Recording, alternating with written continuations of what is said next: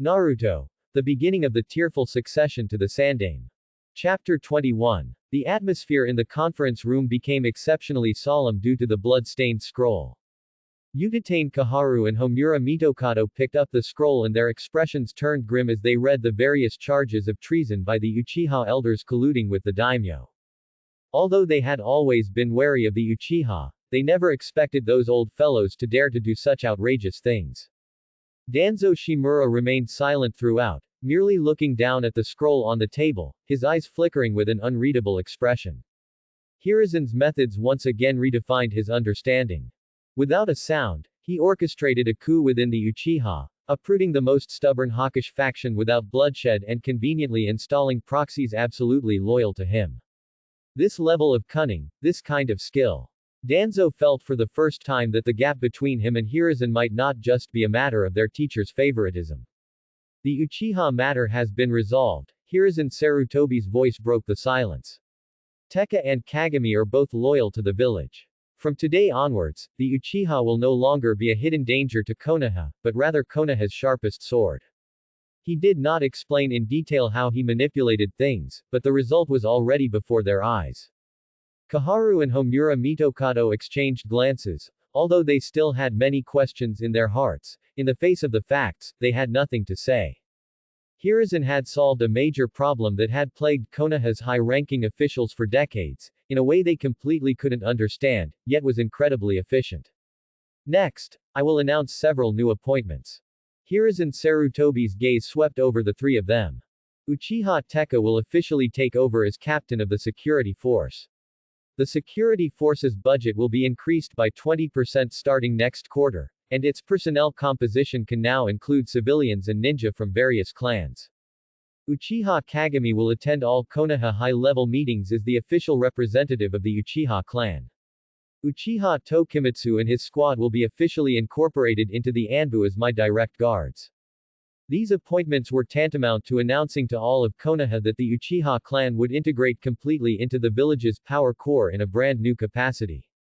This was the carrot. Of course, Hiruzen Sarutobi's tone shifted. Honor needs to be earned through merit, not through bloodline and privilege.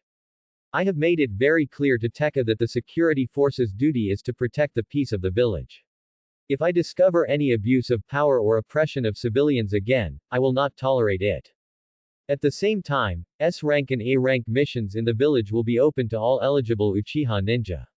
However, the prerequisite is that they must obey orders and prioritize the team and mission. This was the stick. A combination of both grace and authority, clearly laid out. Kaharu and Homura Mitokado both fell into contemplation after listening. They had to admit that Hiruzen's plan was far more comprehensive than theirs. It appeased the Uchiha while also placing shackles on them, forcing them to be firmly tied to the Hokage's chariot for honor and profit.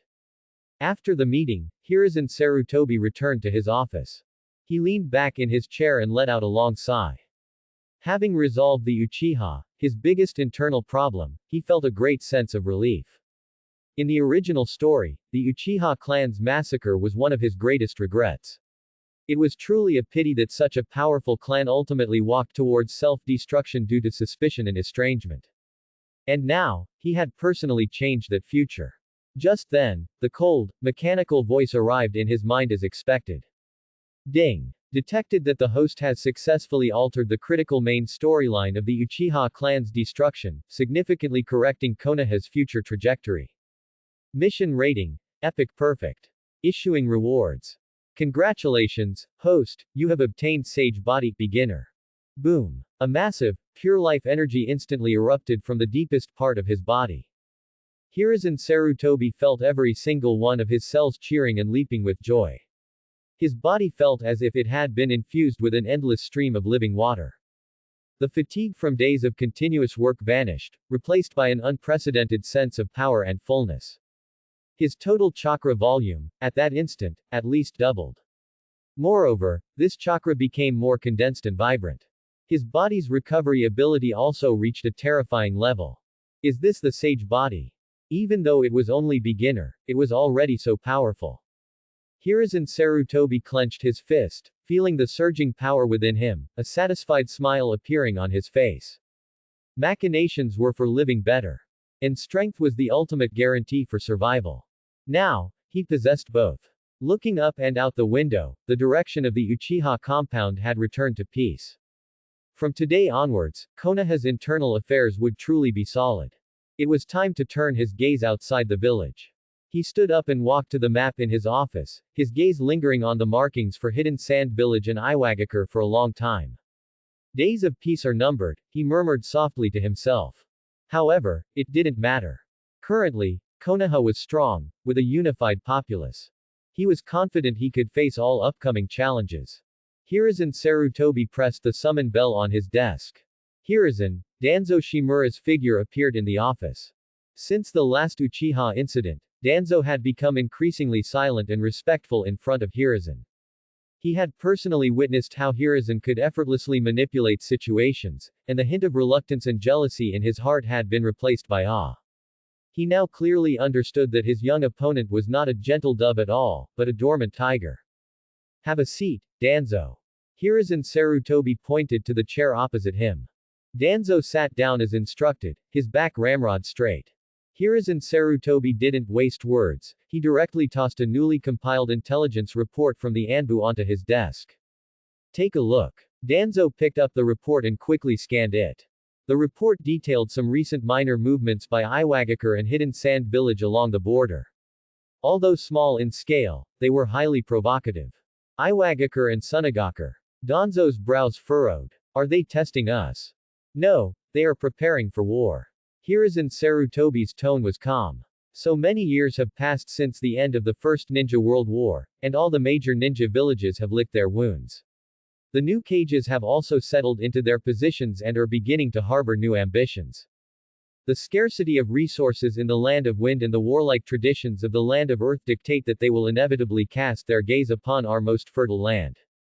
Hiruzen Sarutobi stood up and walked to the window, his back to Danzo. I have already purged the internal troubles of the Uchiha.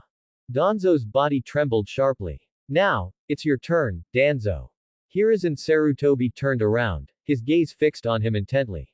Your route was established not for internal strife within the village, not for monitoring your own compatriots. Its duty is outwards. To plunge into the hearts of our enemies. To gnaw at the hardest bones. He walked in front of Danzo and slapped another scroll into his hand. On it were the budget approval for expanding route, and a list of elite ninja from various clans personally selected by Hiruzen. I will give you money, I will give you people, and I will give you the greatest authority. Hiruzen Sarutobi's voice was filled with undeniable power.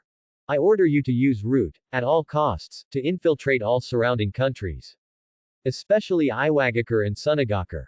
I need eyes, I need ears, I need to know what Onoki eats every night. I need to know when the third cage will go to the latrine.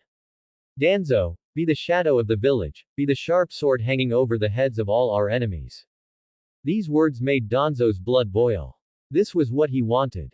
This was his original intention for establishing route. To delve into darkness and eradicate all enemies that threatened Konoha. Before, he always felt that Hiruzen was too benevolent and didn't understand his ideology. Now he understood that Hiruzen didn't not understand, rather, he felt that Danzo's previous scope was too small. What Hiruzen wanted was a route that could monitor the entire ninja world. Yes, Hokage-sama. Danzo abruptly stood up and bowed deeply, a pure flame, burning for the village, igniting in his eyes for the first time. I, Danzo Shimura, will not let the village down. Watching the highly motivated Danzo depart, Hiruzen Sarutobi's lips curved into a slight smile. To deal with someone like Danzo, mere suppression wasn't enough. You had to give him a grand enough goal that allowed him to realize his own value, and then firmly tie him to that goal. That way, he would become the most obedient and sharpest sword. At this point, Konoha's high level, whether it was the advisor group, Danzo's route, or the Uchiha security force, had all been completely united by him. The entire Konoha had achieved unprecedented unity. After handling all the government affairs, the sky had gradually darkened. Hiruzen Sarutobi stretched, feeling a bit tired. Although his sage body kept him energetic, the mental exhaustion still required rest to recover. The night was as black as ink, enveloping the entire Konoha village in a profound tranquility. Hiruzen Sarutobi walked home, his steps lighter than ever before. Without the internal strife of the Uchiha and having tamed the beast that was Danzo, the entire village, under his control, was advancing towards a stronger future at an unprecedented pace. This feeling of having everything under control gave him, a transmigrator, a sense of stable security for the first time in this unfamiliar world. Pushing open the door, a familiar, warm aroma of cooked food wafted over him. "You're back." Bawako Sarutobi poked her head out from the kitchen, a gentle smile on her face. Instead of just a simple greeting as usual, she walked over and naturally helped him take off the Hokage god robe, which symbolized power and responsibility, and carefully hung it on the rack. "You seem to be in a good mood today," she asked softly, while smoothing out the wrinkles in the robe. "Yes, I've resolved some troublesome matters." Hiruzen Sarutobi nodded with a smile, changing his shoes in the entryway. He looked at his wife's silhouette, busy in the candlelight, and felt a warmth in his heart. On the dining table were several exquisite home-cooked dishes, and a pot of steaming oden. "Try this, I learned it today." Bawako picked up a piece of tenderly stewed daikon radish and placed it in Hiruzen's bowl. "It's good." Hiruzen Sarutobi took a bite and praised it generously, much better than what they sell outside. "You're such a sweet talker." Bawako chuckled, amused by him, her eyes and brows filled with tenderness. The two of them didn't discuss anything about the village or work, but simply shared the small details of their lives, like the most ordinary couple. Hiruzen recounted the embarrassing story of Jiraiya getting punched and sent flying by Tsunade again today at the training grounds because he was slacking off. "That kid, I made him write a 10,000-word self-reflection, and he still doesn't learn his lesson. I think he'll never escape Tsunade's fists in this life." Bawako giggled as she listened, and then put another chopstick full of food in his bowl. "What about Orochimaru? That child always seems so cold and doesn't have many friends, you should pay more attention to him." "Don't worry." Hiruzen Sarutobi took a sip of miso soup, and warmth spread from his stomach throughout his body. "That kid is treasured now. I've assigned him to the newly established medical department, as Tsunade's assistant and chief researcher. He's in the lab all day now, researching cell activity or something, happier than anyone." "That's good." Bawako nodded. In such relaxed small talk, Hiruzen Sarutobi felt his nerves, which had been tense all day, completely relax. After dinner, Hiruzen Sarutobi contentedly slumped onto the living room sofa, letting out a comfortable sigh. Bawako cleared the dishes, brewed a pot of hot tea, and then walked behind him, her slender but strong fingers gently resting on his tense shoulders, massaging them with just the right pressure. Hiruzen Sarutobi hummed contentedly and closed his eyes. Bawako's technique was very professional, she had clearly learned it specifically. The pressure was just right, precisely alleviating the soreness in his shoulders and neck. "Today, the Uchiha matter, it's all resolved, isn't it?" Hiruzen Sarutobi opened his eyes and turned his head to look at her, a little surprised. "How did you know? The whole village is talking about it." Bawako smiled, her hands still moving. "They all say you used decisive measures to purge the Uchiha traitors and promoted new captains. Now, people in the village are saying that having a Hokage with such resolve as the third Hokage is a blessing for the village. Those are just rumors." Hiruzen Sarutobi smiled noncommittally. "I know everything you do is for the village." Bawako's movements paused. She walked around to the front of the sofa, squatted down, and looked up at her husband, her eyes filled with seriousness and concern. "I know you're under a lot of pressure and carry many burdens. Many decisions, to others, might be incomprehensible." She held Hiruzen's hand, those hands, calloused from years of hand seals and using ninja tools. "But, Hiruzen, you must remember. No matter what you do outside, no matter how others see you, when you come back to this home, I will always believe in you and support you. Because you are not only the third Hokage of Konoha. You are also my husband, the pillar of this home. So, don't push yourself too hard." A huge warm current instantly surged through Hiruzen Sarutobi's entire body. Looking at this woman, who was not given much attention in the original work and was even somewhat vague. At this moment, she gave him, the lonely transmigrator, the warmest support. The next morning, after washing up and changing into a neat and capable outfit, he walked out of the house with Bawako waving goodbye. Today, he was going to the Ninja Academy. He was going to give a special lesson to the future flowers of Konoha. Konoha Ninja Academy, Training Ground. The new batch of incoming children were lined up neatly, looking at the man on the high platform with excitement and curiosity. The third Hokage, Hiruzen Sarutobi. For these children, who had just bid farewell to their childhood and yearned for the ninja world, the Hokage was the greatest and most distant existence in this village.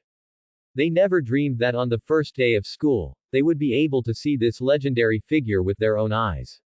At the very front of the line, a boy who smiled like a small sun was staring at the figure on the high platform with his clear blue eyes, unblinking and filled with undisguised admiration. Silence. The head of the Ninja Academy's education department, also an experienced Jonin, shouted loudly. The training ground instantly fell silent. Hiruzen Sarutobi's gaze gently swept over the tender faces below. These children were the future of Konoha. He cleared his throat, and his voice, amplified by chakra, clearly reached everyone's ears. Children, welcome to the Konoha family. I know that many of you dream of becoming powerful ninja, like Shodai first Sama and Nadaime second Sama, whose names shook the ninja world. However, before learning how to become strong, I want to give you your first lesson. He didn't lecture them with dry, abstract principles. Instead, he nodded slightly at the dozen or so Ninja Academy teachers standing around the training ground. Genjutsu. Where the leaves dance. The dozen teachers simultaneously formed hand signs, and a massive amount of chakra instantly enveloped the entire training ground. The next second, the scene before the children's eyes underwent a drastic change. They found themselves no longer standing on the training ground, but in a chaotic world ravaged by war. There was killing everywhere, and blood everywhere. Ninja, organized by clan, engaged in endless bloody wars for land and water. The children were scared pale by the cruel sight, and some timid ones even cried. Just then, Hiruzen Sarutobi's voice, like a ray of light in the darkness, rang in their ears. This is the era your fathers and even grandfathers lived in, the Sengoku period. The scene shifted. Senju Hashirama and Uchiha Madara, two legendary ninja, appeared in the picture. They joined forces, ended the chaotic era, and, on a barren land, used wood release to create a brand new village. That was Konoha. The children saw the first villagers, with the joy of surviving a catastrophe on their faces, moving into their new homes. They saw the establishment of the first ninja academy and the opening of the first ramen shop. In the village, smoke curled from chimneys, children laughed and played in the streets, and adults toiled in the fields. A scene of peace and tranquility. Shodai, first Sama and Nadaime, second Sama, as well as countless predecessors, created such a home for us, a place that can shelter us from wind and rain, with their lives and blood. Hiruzen Sarutobi's voice was full of emotion. The scene changed again. The children saw ninja leaving the village to carry out missions at the border. They saw ninja enduring hardships, sleeping outdoors, and fighting desperately against powerful enemies. They also saw the smiling faces of family and companions, filled with worry and joy, when these ninja returned to the village, tired after completing their missions. Children, look. Hiruzen Sarutobi's voice became incredibly solemn. What is the will of fire? It is not an empty slogan, nor is it a reason for you to blindly sacrifice yourselves. The will of fire is the resolve to step forward to protect these smiles behind you. It is the courage to face danger so that your parents, friends, and neighbors can live peacefully in this land. Remember, behind you are not cold missions and rules, but the entire Konoha village, and thousands upon thousands of faces expecting your safe return. At the end of the genjutsu, the scene froze on the training ground. The children saw themselves. They saw their parents standing at the edge of the training ground, looking at them with pride. They saw the entire Konoha village, thriving under the sun.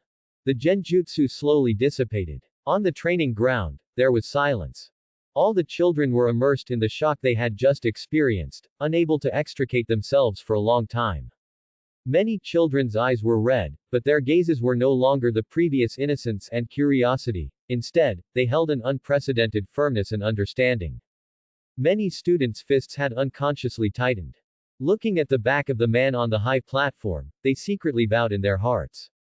One day, they too would become great ninja, capable of protecting everyone's smiles, just like Lord Third Hokage. Hiruzen Sarutobi looked at the children's reactions and smiled with satisfaction. He knew that a seed of the true will of fire, named protection, had taken root and sprouted in the hearts of these children. And this would be Konoha's most indestructible wall in the future. He said no more, merely waved at the children, then turned and left. He believed that today's lesson would be more profoundly etched into the lives of these children than any ninjutsu instruction. Time flew by like an arrow. In the blink of an eye, several years had quietly passed. Early Konoha year 37. In the Hokage's office, the atmosphere was heavy. Hiruzen Sarutobi sat in the main seat, his face having shed the youthful immaturity of yesteryear, now sporting a neat circle of short whiskers on his chin, which added to his gravitas and depth. His Hokage god robe had also been replaced with a new style, but his eyes were even more profound than they had been years ago, as if they could discern everything in the world. On the office wall hung a massive map of the ninja world.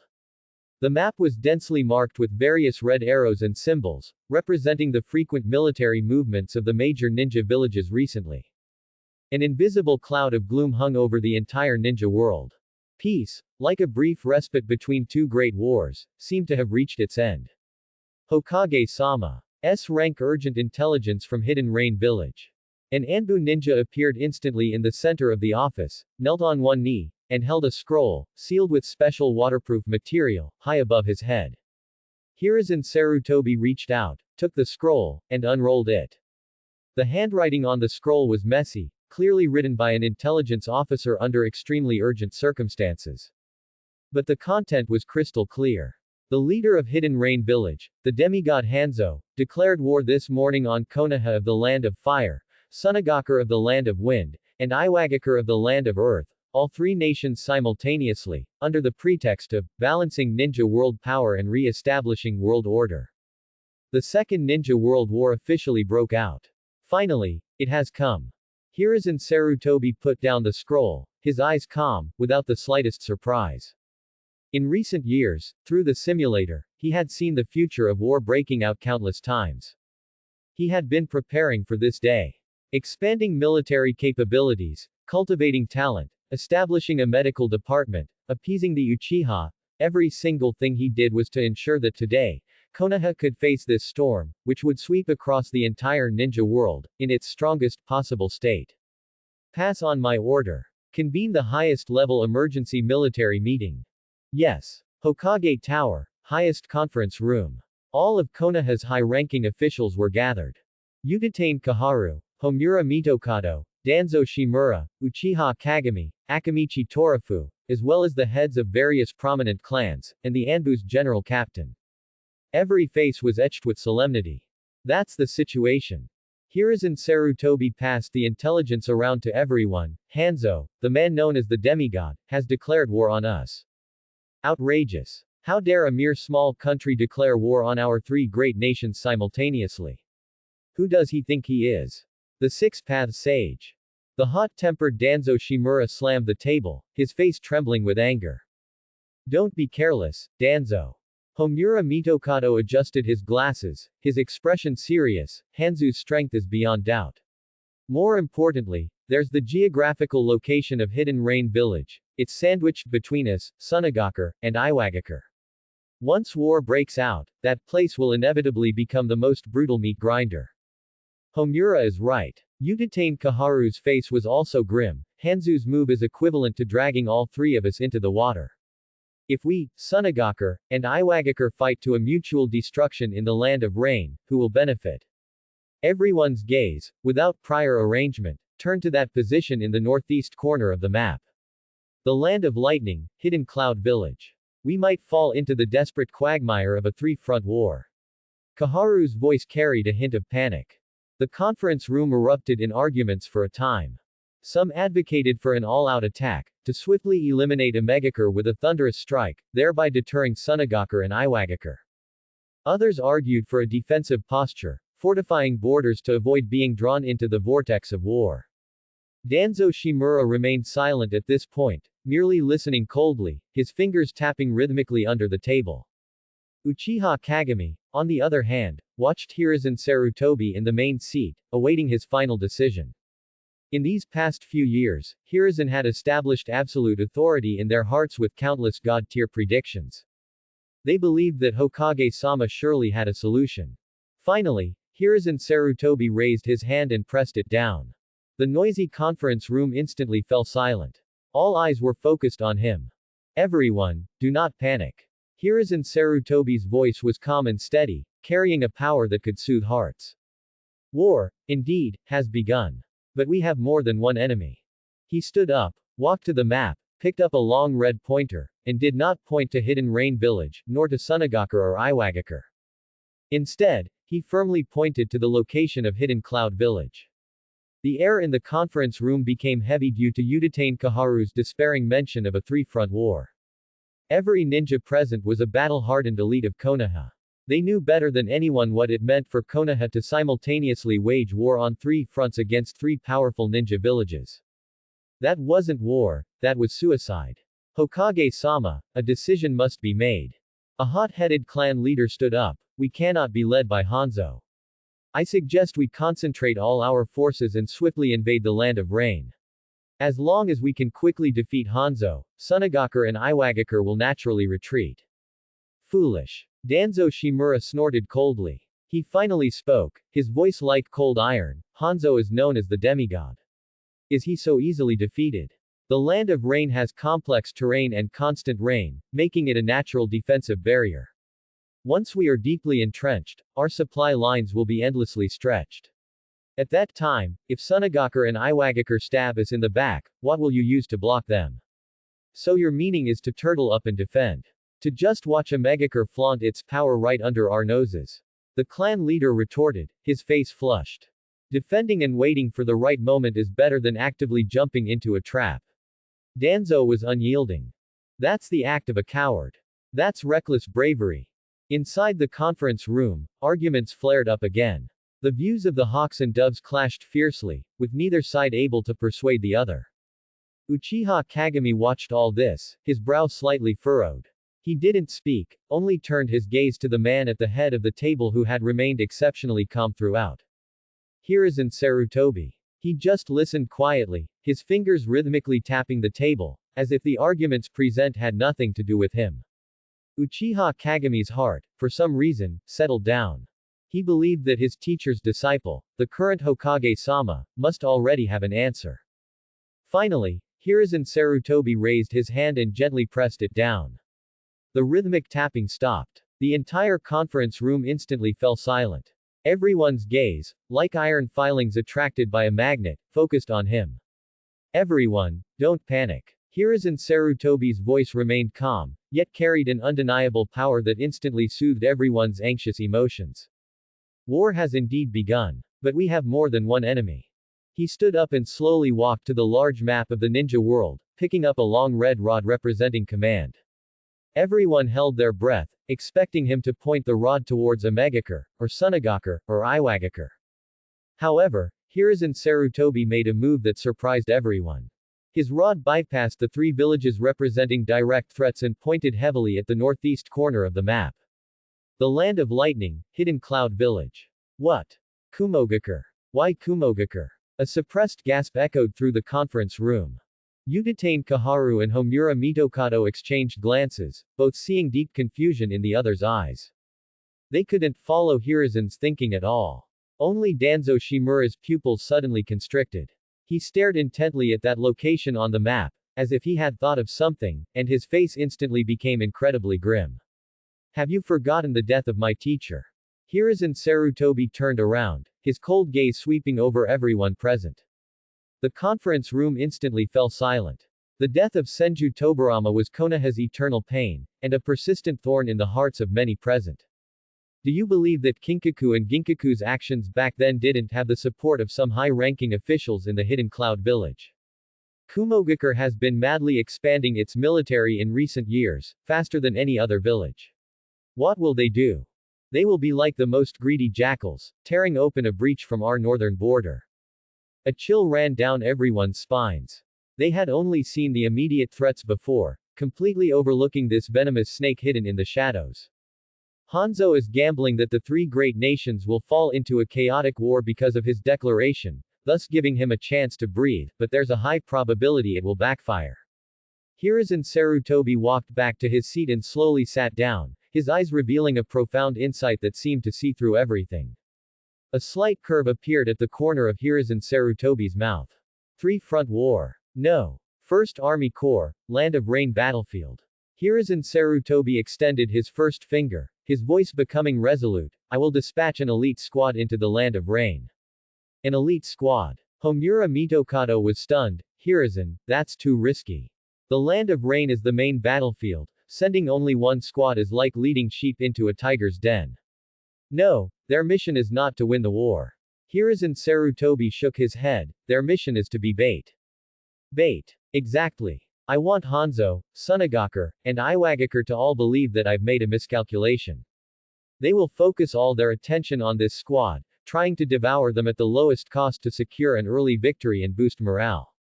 And this will create an excellent opportunity for our other units. Hiruzen Sarutobi's gaze fell on the corner of the conference room, where Tsunade and Orochimaru, who were attending the meeting, sat upright. Tsunade, Orochimaru, Jiraiya. The 3 whose names were called trembled slightly and stood up. The 3 of you will serve as commanders of the 1st Army Corps, leading your squad to the front lines of the Land of Rain immediately. You have only one mission. Hiruzen Sarutobi looked at his 3 grown disciples, his eyes full of expectation. Hold them back, create the biggest commotion in the Land of Rain, and keep all the enemy's eyes firmly fixed on that battlefield. Excitement instantly erupted in Tsunade and Orochimaru's eyes. They understood their teacher's intention. This was an incredibly dangerous, yet incredibly important mission. Yes, teacher. 2nd Army Corps, Land of Wind Border. Hiruzen Sarutobi extended his second finger, his gaze turning to a figure standing behind the Anbu commander. It was a tall man with short silver-white hair. Tsukumo Hatake. Tsukumo Hatake. Here. Tsukumo stepped forward and knelt on one knee. I order you to immediately select 100 of the Anbu's top elites to form the 2nd Army Corps. You will be like a sharp blade, bypassing the main battlefield and directly penetrating the heartland of the Land of Wind. Your mission is not to occupy, but to destroy. I want you to burn their provisions, cut off their supplies, and assassinate their commanders. With the fastest speed, unleash a storm of death behind Sunagakure that will make them restless day and night. Tsukumo Hatake raised his head, and fierce fighting spirit ignited in his calm eyes. This was the fighting style he was most skilled at and most desired. Yes, Hokage-sama. I guarantee the mission will be completed. The arrangement of the 2 armies had already made all the high-ranking officials present gasp. Interlocking, one overt and one covert, it was simply a stroke of genius. They looked at the Hokage at the head of the table, their hearts filled only with shock and awe. Was this really the gentle Hiruzen they knew? This strategic layout, this boldness, was even more terrifying than the 2nd Hokage-sama of yesteryear. Hiruzen Sarutobi ignored everyone's shock. His gaze slowly swept across the room, finally landing on Uchiha Kagami. Uchiha Kagami's heart stirred. He knew it was their Uchiha clan's turn. Hiruzen Sarutobi looked at him and slowly spoke. And the 3rd Army. His gaze passed through the conference room window, looking towards the distant north, that land perpetually covered in thunderclouds. A powerful fighting spirit surged in his eyes. The 3rd Army, with the Uchiha clan as its main force. Hiruzen Sarutobi's voice echoed in the quiet conference room, each word clearly striking everyone's heart. At this statement, the entire room was stunned. Especially the heads of the great clans, whose faces showed expressions of disbelief. To let the Uchiha clan be responsible for a front line in one direction. This was unprecedented in Konoha's history. Ever since the 2nd Hokage established the security force, the Uchiha clan's power had been confined within the village. This was both Shodai, 1st, Sama's guilt towards Madara and Nadaime, 2nd, Sama's wariness of the Uchiha's formidable power. But now, the 3rd Hokage was actually going to personally break this pattern that had lasted for decades. Uchiha Kagami's body trembled violently. He looked up, unable to believe his ears. He looked at Hiruzen Sarutobi, and for the first time, intense emotional fluctuations appeared in his gentle eyes. He knew this was not just a military appointment. This was a heavy trust from the Hokage to the entire Uchiha clan. Hiruzen. This is inappropriate. Homura Mitokado was the first to stand up and object. His expression was more serious than ever. The Uchiha clan's power is too great, and, if they form an army independently, and any unexpected incident occurs on the battlefield, the consequences would be unimaginable. Advisor Homura is right. Utatane Kaharu immediately seconded, we cannot take this risk. The concerns of the two advisors also represented the sentiments of most people present.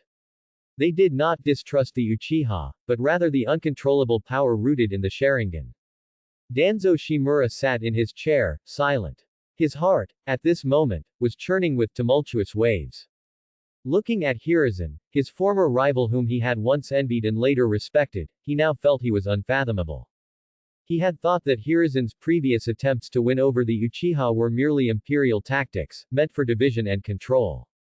But he never expected that Hiruzen would actually dare, at the critical juncture of war, to fully entrust such an important front line to the Uchiha. This courage, this trust, Danzo asked himself, if he were in this position today, he would absolutely not dare to do this. He would use the Anbu, and the harshest methods, to firmly keep the Uchiha within the village, never allowing them any opportunity to engage in external warfare. Hiruzen, what exactly did he want to do?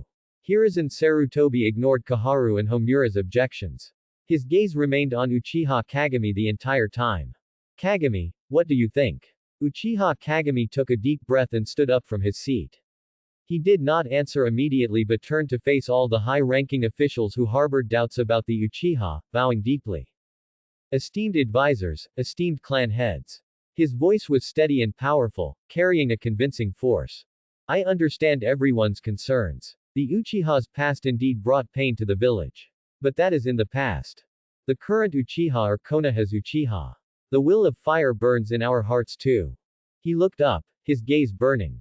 What Hokage-sama has given us is not a risk, but an honor, an opportunity for us to use our blood and lives to wash away past stains, to prove our loyalty. I, Uchiha Kagami, swear on my personal honor and the honor of the entire Uchiha clan. The Third Army will surely become the sharpest sword plunged into Iwagakure's heart, and we will never betray Hokage-sama's trust. His words were resonant and impassioned. The clan heads who had originally harbored doubts, looking at this gentle yet resolute Uchiha man, found their worries dissipating by more than half. Hiruzen Sarutobi nodded with satisfaction. He knew Kagami would give him this answer. Of course, I will not let the Uchiha warriors fight alone. Hiruzen Sarutobi's gaze turned to the heads of the other three clans. Nara Shikaku, Akamichi Torafu, Yamanaka Taichi. The Third Army will be led by Uchiha Kagami, who will oversee the border war in the Land of Earth. At the same time, I order the Ino-Shika Cho clans to each send half of their elite forces to be incorporated into the Third Army, with Nara Shikaku serving as its strategist to assist Kagami in command. Your mission is not to conquer territories. Hiruzen Sarutobi's tone became serious. I want you to use the Uchiha's Sharingan to build an impenetrable intelligence barrier along the long border of the Land of Earth. I want every troop movement of Onoki, every supply transport, and even every reconnaissance bird he sends out, to be under our surveillance. I want Iwagakure to become completely blind and deaf before us. An open strategy. Everyone present understood Hiruzen Sarutobi's intention. He wasn't simply sending the Uchiha to fight. He wanted to perfectly combine the Uchiha's greatest talent, the insight of the Sharingan, with the seamless cooperation of the Ino-Shika Cho clans. This was no longer a traditional combat unit. This was a unit with intelligence gathering and battlefield control capabilities that surpassed its time. With this phantom pupil wall, Iwagakure would have no secrets before Konoha. And the Uchiha clan, through this irreplaceable strategic value, would truly earn the respect and recognition of the entire village. They would no longer be just, capable warriors, but indispensable strategic core. Realizing this, Utatane Kaharu and Homura Mitokado exchanged glances. They had nothing more to say. Nara Shikaku, Akamichi Torafu, and Yamanaka Taichi stood up and bowed deeply to Hiruzen Sarutobi. We, your humble servants, obey Hokage-sama's command. At this point, the three main armies were deployed. The entire conference room was silent. Everyone's gaze was on Hiruzen Sarutobi at the head of the table. Finally, the Fourth Army. Hiruzen Sarutobi stood up, his voice returning to calm. I will personally oversee the northern front. Danzo, you will serve as my deputy, commanding the Anbu and responsible for all intelligence and defense work on the northern front. Danzo Shimura suddenly looked up, his eyes filled with astonishment. He hadn't expected Hiruzen to give him such an important position. To make him the Hokage's deputy, jointly guarding the nation's gate. An indescribable emotion surged within him. It was the excitement of being trusted, the sense of responsibility from being entrusted with a great task. He stood up and bowed deeply to Hiruzen, lowering his usually proud head. Yes, Hiruzen, no, Hokage-sama. The four main armies were deployed. Konoha's war machine had completed its final adjustments. Hiruzen Sarutobi walked to the window, looking at the prosperous and peaceful village below. In his eyes, there was no trace of fear, only endless fighting spirit. Pass on my command. His voice echoed through every corner of the conference room, and throughout all of Konoha. The war has begun. Boom. With his command, the entire Konoha hidden village, this precise war machine that had lain dormant for years during peacetime and had been meticulously honed by his own hands, roared into operation with unprecedented unity and high morale. In front of the gates of Konoha village, people gathered in droves. However, unlike the usual commotion, the atmosphere at this moment was solemn and serious. The First Legion, which was about to depart for the Land of Rain front line, was making its final assembly here. Jiraiya, Tsunade, Orochimaru, and a few Chunin under their command serving as support and logistics. At the very front of the team, three young people with distinct styles attracted everyone's attention. Hehe, Tsunade, from today on, I'm the commander, so you have to listen to me. Jiraiya, wearing a brand new combat suit and carrying a huge scroll on his back, stood with his hands on his hips, winking at Tsunade, looking like a smug villain. He believed that his Hokage teacher appointed him as the squad leader because he recognized his heroic spirit and leadership abilities. Tsunade's fist, which was already cracking, was his answer. Commander. You, a fool. A vein popped on Tsunade's forehead, and her golden ponytail whipped with her anger. I'm warning you, Jiraiya, if you dare to mess around on the battlefield, I'll be the first to beat you to a pulp. Oh, Tsunade, how can you say that? We are comrades now, we must unite. Jiraiya approached her with a playful smile. Get lost. Bang. A dull thud, accompanied by a scream, sent Jiraiya flying over 10 meters in a familiar arc, landing heavily on the ground. The ninja who were seeing them off couldn't help but laugh at the sight. These two clowns were still the same, even at a time like this. Orochimaru, as if he saw nothing, stood alone to the side, silently checking the various bottles and jars in his ninja tool pouch. The bottles contained his latest research, healing potions, nerve-paralyzing toxins, and some experimental items whose effects he hadn't fully understood yet. In his golden snake-like eyes, there was no sign of war-induced tension, instead, a flicker of excitement gleamed. War meant a large number of casualties, a large number of special cases. For him, the battlefield was the best laboratory. Just as the scene descended into chaos, a figure silently appeared before them. It was Hiruzen Sarutobi. He wasn't wearing his heavy Hokage god robe, but a sharp black ninja uniform, with a gentle smile on his face. Teacher. Tsunade and Orochimaru immediately stood at attention and respectfully called out. Jiraiya, who had been thoroughly beaten, also scrambled over, stood at attention, his face bruised and swollen, but his expression unusually serious.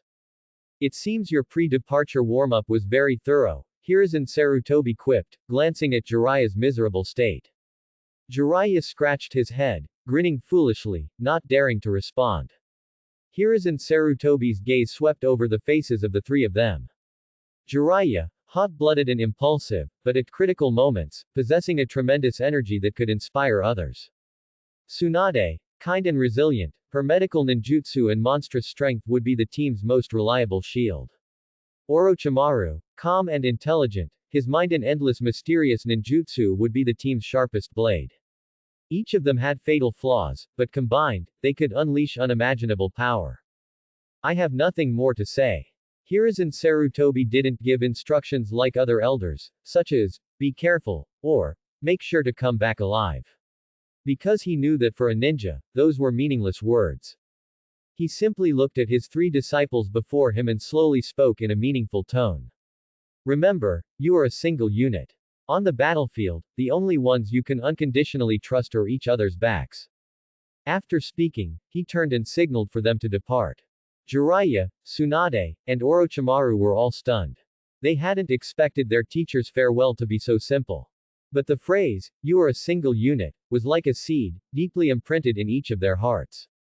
The three exchanged glances, and for the first time, they saw a different emotion in each other's eyes. Move out! Jiraiya roared, leading the way out of the village. Tsunade and Orochimaru followed closely.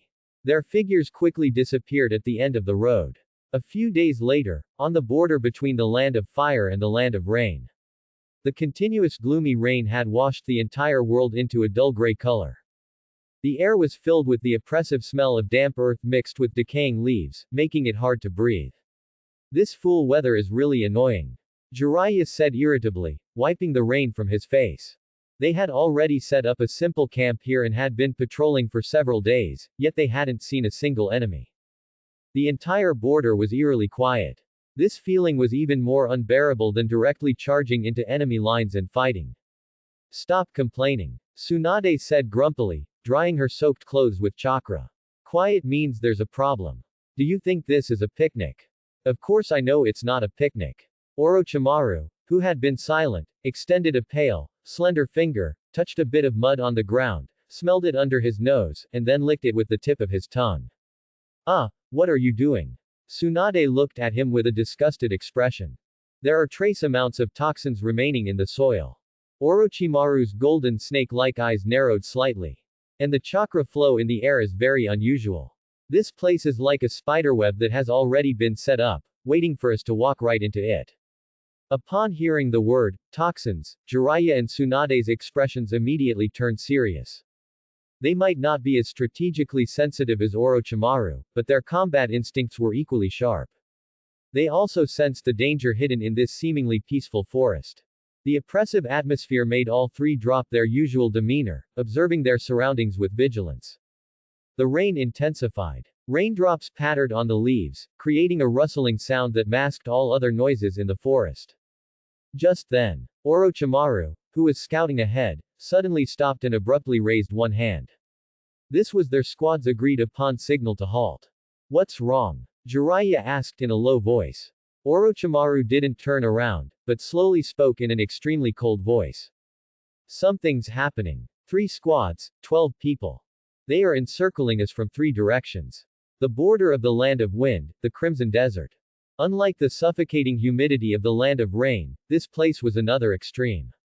The scorching sun baked the earth, the air distorted by the high temperature, and as far as the eye could see, there was no sign of life except for endless sand dunes. A ninja squad was moving through this sea of death like ghosts, silently. All of them wore special cloaks that blended in with the sand, and animal masks that covered their faces, revealing only their cold eyes. Konoha's Anbu Assassination Tactics Special Forces, Anbu.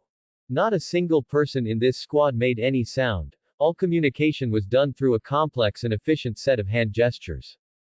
They were like a group of silent Shinigami, leaving behind only the wailing of the wind over the dunes wherever they went. Leading the team was a tall, upright man. He was also wearing an Anbu uniform, a white dog-faced mask, and his striking silver-white short hair swayed slightly in the scorching wind. Tsukumo Hatake. He stopped, raised a hand, and the entire squad instantly halted, their movements uniform, as if they were one person. He crouched down, pressed his palm against the scorching sand, and closed his eyes. Chakra, like the most precise radar, spread out in all directions along the sand.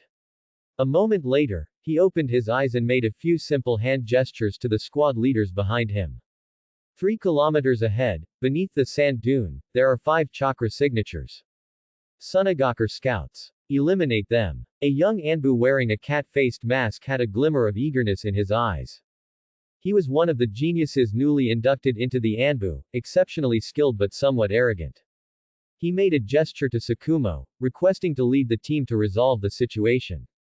However, Tsukumo Hatake merely glanced at him and then shook his head.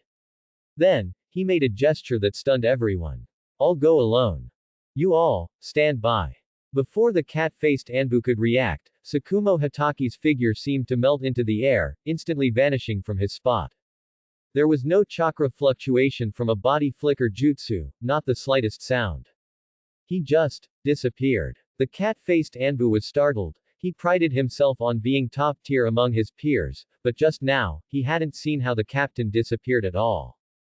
He subconsciously concentrated chakra in his eyes, staring intently at the seemingly empty desert ahead, trying to find the captain's trace. But no matter how hard he tried, he found nothing. It was as if that person had never existed. Time passed, minute by minute. In the desert, there was only the sound of the wind. 5 minutes. 10 minutes. Just as the cat-faced Anbu began to grow anxious, wondering if something had gone wrong. Tsukumo Hataki's figure reappeared as silently as he had vanished, returning to his original standing position. It was as if he had never left. The white-fanged short sword in his hand remained securely sheathed, not even a speck of sand on it. He made a simple gesture to everyone. Threat eliminated, continue forward. The cat-faced Anbu was filled with doubt, he couldn't help but ask with a gesture. Captain, did you resolve it? Tsukumo Hataki didn't answer, merely looked at him with his calm eyes. Then, he raised his hand and pointed towards the sand dune 3 kilometers ahead. Just then, a gust of wind blew past. The sand on the surface of the huge sand dune was blown away, revealing 5 buried corpses. The corpses of 5 Sunagaku ninja. Their faces still held the expressions of vigilant patrol, but each person's neck had an almost invisible line of blood. Killed in one strike. They weren't even given a chance to react or form hand seals. The cat-faced Anbu watched this scene and felt a chill run from the soles of his feet straight to the top of his head, his back instantly drenched in cold sweat. He finally understood why this man was entrusted with such a heavy responsibility by Hokage-sama. In the squad, although the other Anbu members wore masks, their eyes were also filled with shock and awe. They were the elite of the elite. Killing was commonplace for them. But to perform killing like Tsukumo Hataki, turning it into a silent art, they knew they could never achieve it. The squad continued to advance, like phantoms in the desert, quietly approaching their first target. An oasis marked as Kandahar. This was one of Sunagaku's most important supply transfer stations on the front lines. Over 300 Sunagaku ninja were stationed there, including several elite jonin. The defenses were strict, impregnable. Tsukumo led his 100-man squad, lurking behind a sand dune several kilometers from the oasis, observing silently. He spread out a map, which detailed the military deployment, patrol routes, and even the shift change times of this transfer station. This intelligence was obtained by Danzo's route at the cost of countless lives. Tsukumo's gaze slowly moved across the map, finally resting on a location marked as a water source in the center of the oasis. A cold glint flashed in his eyes. He knew that Sunagaku ninja, to conserve water resources, would mix a special military ration pill into their drinking water to maintain their stamina. And he only needed to do one thing. He took out a tiny scroll from his ninja tool pouch and handed it to a team member behind him. That team member was an elite of the Aburame clan. Tsukumo made a few gestures to him. Have your children deliver this to them. The Aburame clan ninja took the scroll, opened it, and his body trembled imperceptibly. Sealed within the scroll was not an explosive tag, nor a powerful ninjutsu. It was a powder. A colorless, odorless nerve relaxant personally formulated by Orochimaru, which, once mixed with water, would unleash terrifying effects 12 hours later. The Aburame clan ninja nodded heavily at Tsukumo. He unbuttoned his collar, and countless tiny kikaichu buzzed out, picked up the powder, and flew silently towards the oasis. Night deepened. Tsukumo Hataki remained quietly prone on the sand dune, like a lifeless statue. He was waiting for the hour of slaughter to arrive. He looked up at the name circled in red on the map Sunagaku Jonin, Yashimaru. Then, he slowly made a throat-slitting gesture to all the Anbu behind him. Their first target was confirmed. The border of the land of Earth was a landscape of towering mountains and ridges. Unlike the scorching heat of the land of wind and the dampness of the land of rain, this place was filled with barren rock mountains and bottomless canyons. The precipitous terrain served as a natural barrier for Iwagakure. A large Konoha force was stationed on this side of the mountain range, facing Iwagakure across the way. Inside the main tent of the camp, the atmosphere was tense and efficient. Uchiha Kagami, dressed in deep blue armor, stood before a huge sand table, his brows tightly furrowed. Beside him, Nara Shikaku, Akamichi Torafu, and Yamanaka Taichi, the current heads of the Ino Shika Cho alliance, also wore serious expressions. Lord Kagami, Taichi, we just received intelligence from the Uchiha squad in C3 area, Nara Shikaku said, his finger moving rapidly across the sand table to place a small red flag. They discovered an Iwagakure scout team, 5 individuals in total, using Earth release to try and bypass our flank through underground caves. I have already arranged for Earth release ninja to set traps along their inevitable path, Akamichi Torafu said in a booming voice, his massive physique exuding a strong sense of security. Very good. Uchiha Kagami nodded. Have the C3 squad continue surveillance, do not alert them. Our mission is to observe, not to engage. Understood. Yamanaka Taichi closed his eyes, pressing his hands to his temples. His mind, at this moment, was connected through the Yamanaka clan's secret technique to over 30 Uchiha squads spread across hundreds of kilometers of the border. Lord Kagami, intelligence from B5 area reports the discovery of an Iwagakure supply transport unit, approximately 50 people, transporting a batch of explosive tags across a suspension bridge. Shikaku, what do you think? Uchiha Kagami immediately looked at the strategist beside him. Nara Shikaku stroked his chin, staring at the sand table, his brain working at high speed. Transporting explosive tags, their destination should be this fortress on the front lines. He pointed to a location on the sand table. However, the route is very strange, they've taken a large detour. This is not logical. Unless. Nara Shikaku's eyes suddenly lit up. They are bluffing. This transport team is a decoy, the real supplies are being transported via another, more covert route. Taichi. Uchiha Kagami immediately ordered, notify all Uchiha squads in surveillance areas to immediately conduct a fan-shaped scan with that transport team as the center. Prioritize checking all possible caves and underground passages. Understood. This was the phantom pupil wall, envisioned by Hiruzen Sarutobi. Using 3-person Uchiha clan squads as basic units, they were scattered like chess pieces along the long border. Each squad was responsible for a specific area. Then, this vast amount of intelligence was transmitted in real time to the command center through the Yamanaka clan's mental secret techniques. In the command center, the exceptionally intelligent Nara clan would analyze, organize, and judge this intelligence, sifting through countless pieces of chaotic information to uncover the enemy's true intentions. Finally, the Akamichi clan and other combat ninja in the camp would, based on the Nara clan's analysis, carry out precise defensive deployments or deadly surprise attacks. The insight of the Sharingan, the intelligence transmission of the Yamanaka clan, the wisdom of the Nara clan, and the execution power of the Akamichi clan. Uchiha and Ino Shika Cho, Konoha's 2 most powerful combinations, under the will of the 3rd Hokage, were for the first time seamlessly united. Together, they constructed an intelligence barrier that left the enemy with nowhere to hide. In the few short days since the war began, Iwagakure had launched no less than 10 probing attacks on the land of Earth border. But each time, it was like hitting an invisible wall. Their people hadn't even arrived, and Konoha's traps were already dug. As soon as their Earth release unit emerged from underground, they were met with an overwhelming barrage of explosive tags. Iwagakure was left disoriented and suffered heavy casualties, yet they hadn't even caught a glimpse of Konoha's main forces. The 3rd Tsuchikage, Onoki, was so enraged in his office that he nearly tore the desk apart. Useless. All of you are useless. He roared at his Jonin, our people are running naked in front of the enemy, as if they're wearing no clothes at all. Meanwhile, in Konoha's command tent, Uchiha Kagami looked at the Iwagakure forces repeatedly thwarted on the sand table, a sense of unprecedented pride swelling within him.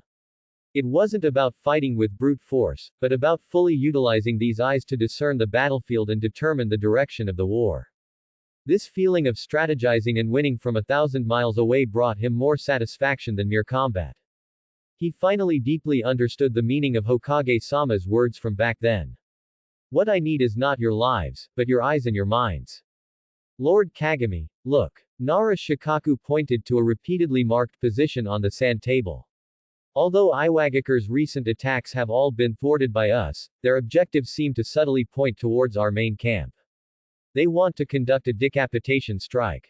Uchiha Kagami's brows furrowed. It's possible. Shikaku nodded. Onoki is a very proud man. After repeated setbacks, he might take desperate measures. And, I always feel they have a trump card we haven't discovered yet. The land of rain, a damp forest. The cold rain stimulated everyone's nerves. 3 squads, 12 people, are closing in on us from 3 directions. Orochimaru's voice instantly brought the atmosphere to a freezing point.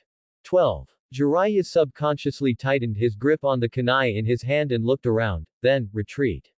Or do the 3 of us go for it? Orochimaru's golden snake-like eyes swept across the surrounding terrain. The enemy's encirclement hasn't fully closed yet. We still have a chance. He quickly drew a simple map on the ground, using pebbles to represent the positions of the enemies and themselves. Their formation is a standard 3-point pincer. A main assault from the front, with the left and right flanks providing support. The goal is to trap us here. Then why don't we just break through the gap where they haven't closed in yet? Jiraiya said. No. Orochimaru shook his head, that's probably a trap. The gap is an open area with no cover. Once we rush through, we'll become live targets for all 3 squads. Jiraiya and Tsunade felt a chill down their spines. They realized then that they were facing experienced Omegakure ninja, not some disorganized rabble. So what exactly should we do? Tsunade asked, a little anxiously. The corner of Orochimaru's mouth curved into an arc. Since they want to surround us, we'll do the opposite and completely disrupt their formation. His finger pointed to the center of the map. Center bloom. Jiraiya. He looked at the white-haired idiot. Your earth release is the best weapon for creating chaos. Once the battle begins, don't worry about anything else. Use your most powerful earth release ninjutsu to completely overturn this forest in front of us. The bigger the commotion, the better. No problem. Leave it to me. Jiraiya thumped his chest. He was best at causing destruction. Tsunade. Orochimaru's gaze turned to Tsunade. Your monstrous strength is the strongest spear to break through their defenses. After Jiraiya creates chaos, I will use ninjutsu to interfere with their vision. You must seize the opportunity to quickly and violently break through their defensive formation from the left flank, tearing open a gap. Okay. Tsunade clenched her fists, her eyes filled with fighting spirit. As for what comes next, a serpentine cunning flashed in Orochimaru's eyes. While their formation is in disarray, I will find their commander, and then. He made a throat-slitting gesture. Eliminate him. The strategy was instantly finalized. Simple, brutal, yet directly targeting the core. They're here. Orochimaru growled. No sooner had he spoken than dozens of poisoned Sanban, like a torrential rain, shot towards their position from all directions. Earth release. Earth-style wall. Jiraiya quickly formed hand signs and slammed his hands onto the ground. A thick earth wall rose from the ground, deflecting all the Sanban with a clanging sound. The battle officially began. Now, Jiraiya. Orochimaru shouted. Watch me. Jiraiya took a deep breath, concentrating all his chakra in his hands. Earth release. Tearing earth turning palm. He slammed his palm onto the ground. Boom. Centered on him, the ground within tens of meters, like a carpet lifted by an invisible giant hand, violently flipped over.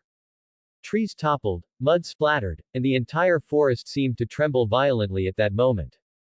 The 4 Omegakure ninja approaching from the front instantly lost their footing, their formation in disarray, and they cried out as they fell to the ground. Ninjutsu. Haze clone technique. Orochimaru seized the opportunity, forming hand signs. A thick mist instantly spread through the forest, obscuring everyone's vision. Tsunade. HMPH. Tsunade let out a fierce cry, pushing off the ground with immense force. She shot forward like a cannonball, instantly charging towards the left flank. The 2 Omegakure ninja who had just regained their balance only saw a blur before a golden figure appeared in front of them. What greeted them was a fist the size of a cooking pot. Chakra-enhanced strength. Boom. One Omegakure ninja tried to block with a kunai, but the steel-forged kunai was as fragile as paper before Tsunade's fist, instantly shattered to pieces. The immense force slammed into his chest without reservation. The Omegakure ninja didn't even have time to scream. He flew backward like a broken sack, his chest bones completely shattered, dying on the spot. The other Omegakure ninja was terrified by this horrific sight and turned to run. But Tsunade had already arrived, and a vicious roundhouse kick directly struck his neck. Crack! The crisp sound of bones breaking was exceptionally clear in the rain. In just one encounter, the left flank's defense was completely torn open by Tsunade in the most brutal way. At the same time, the four Omegakure ninja on the right flank were being incessantly harassed by Orochimaru's strange snake hands and endless minor ninjutsu. Their captain, an experienced Chunin, stood at the rear, calmly directing them. Hold your ground. Don't let them disrupt our rhythm. Their chakra won't last much longer. First, concentrate fire and take out that white-haired brat using earth release. No sooner had he given the order than he suddenly felt a chill around his ankle. He looked down, his pupils constricting sharply. A small, pitch-black snake had silently coiled around his ankle at some point and had opened its fangs, biting down hard. He was greatly alarmed, and a paralyzing sensation instantly spread throughout his body, causing him to stiffen. It was this moment of rigidity. A black shadow, like a ghost, darted out from the shadow of a tree trunk behind him. It was Orochimaru's shadow clone, which had been lurking for a long time. Hidden shadow snake hands. Several venomous snakes shot out from the shadow clone's sleeves, tightly coiling around his limbs and neck. Got him. Orochimaru's main body slowly emerged from the nearby bushes, looking at the Omegakure Chunin he had restrained, his golden snake-like eyes filled with a cold smile. The battle saw a dramatic reversal in just a few minutes. Although their initial coordination was a bit rusty, Jiraiya, after unleashing a large-scale earth release, suffered significant chakra depletion and was almost cornered by several Omegakure ninja. Tsunade, too, was too aggressive and suffered a cut on her arm. But under the pressure of life and death, the three of them still displayed astonishing teamwork. Jiraiya used earth release to restrict the enemy, Tsunade used her monstrous strength for a frontal breakthrough, and Orochimaru used his intelligence and cunning for the decapitation strike. The 12 experienced Omegakure ninja were scattered and decimated by their combined efforts, with only 2 survivors remaining. The 2 remaining Omegakure ninja looked at the scene before them, utterly terrified. A white-haired kid who could play with the earth like a toy. A violent woman who could kill a person with a single punch. And a gloomy young man, like a venomous snake, ready to launch a fatal strike from an unexpected corner at any moment. These weren't just 3 ordinary kids. These were clearly 3 monsters. Run away. One of the Omegakure Chunin screamed in terror and turned to flee. Trying to run. Too late. Although Jiraiya was covered in injuries and his chakra was mostly depleted, his momentum didn't diminish at all. He formed hand signs. Boom. Raging flames instantly engulfed the fleeing Omegakure ninja.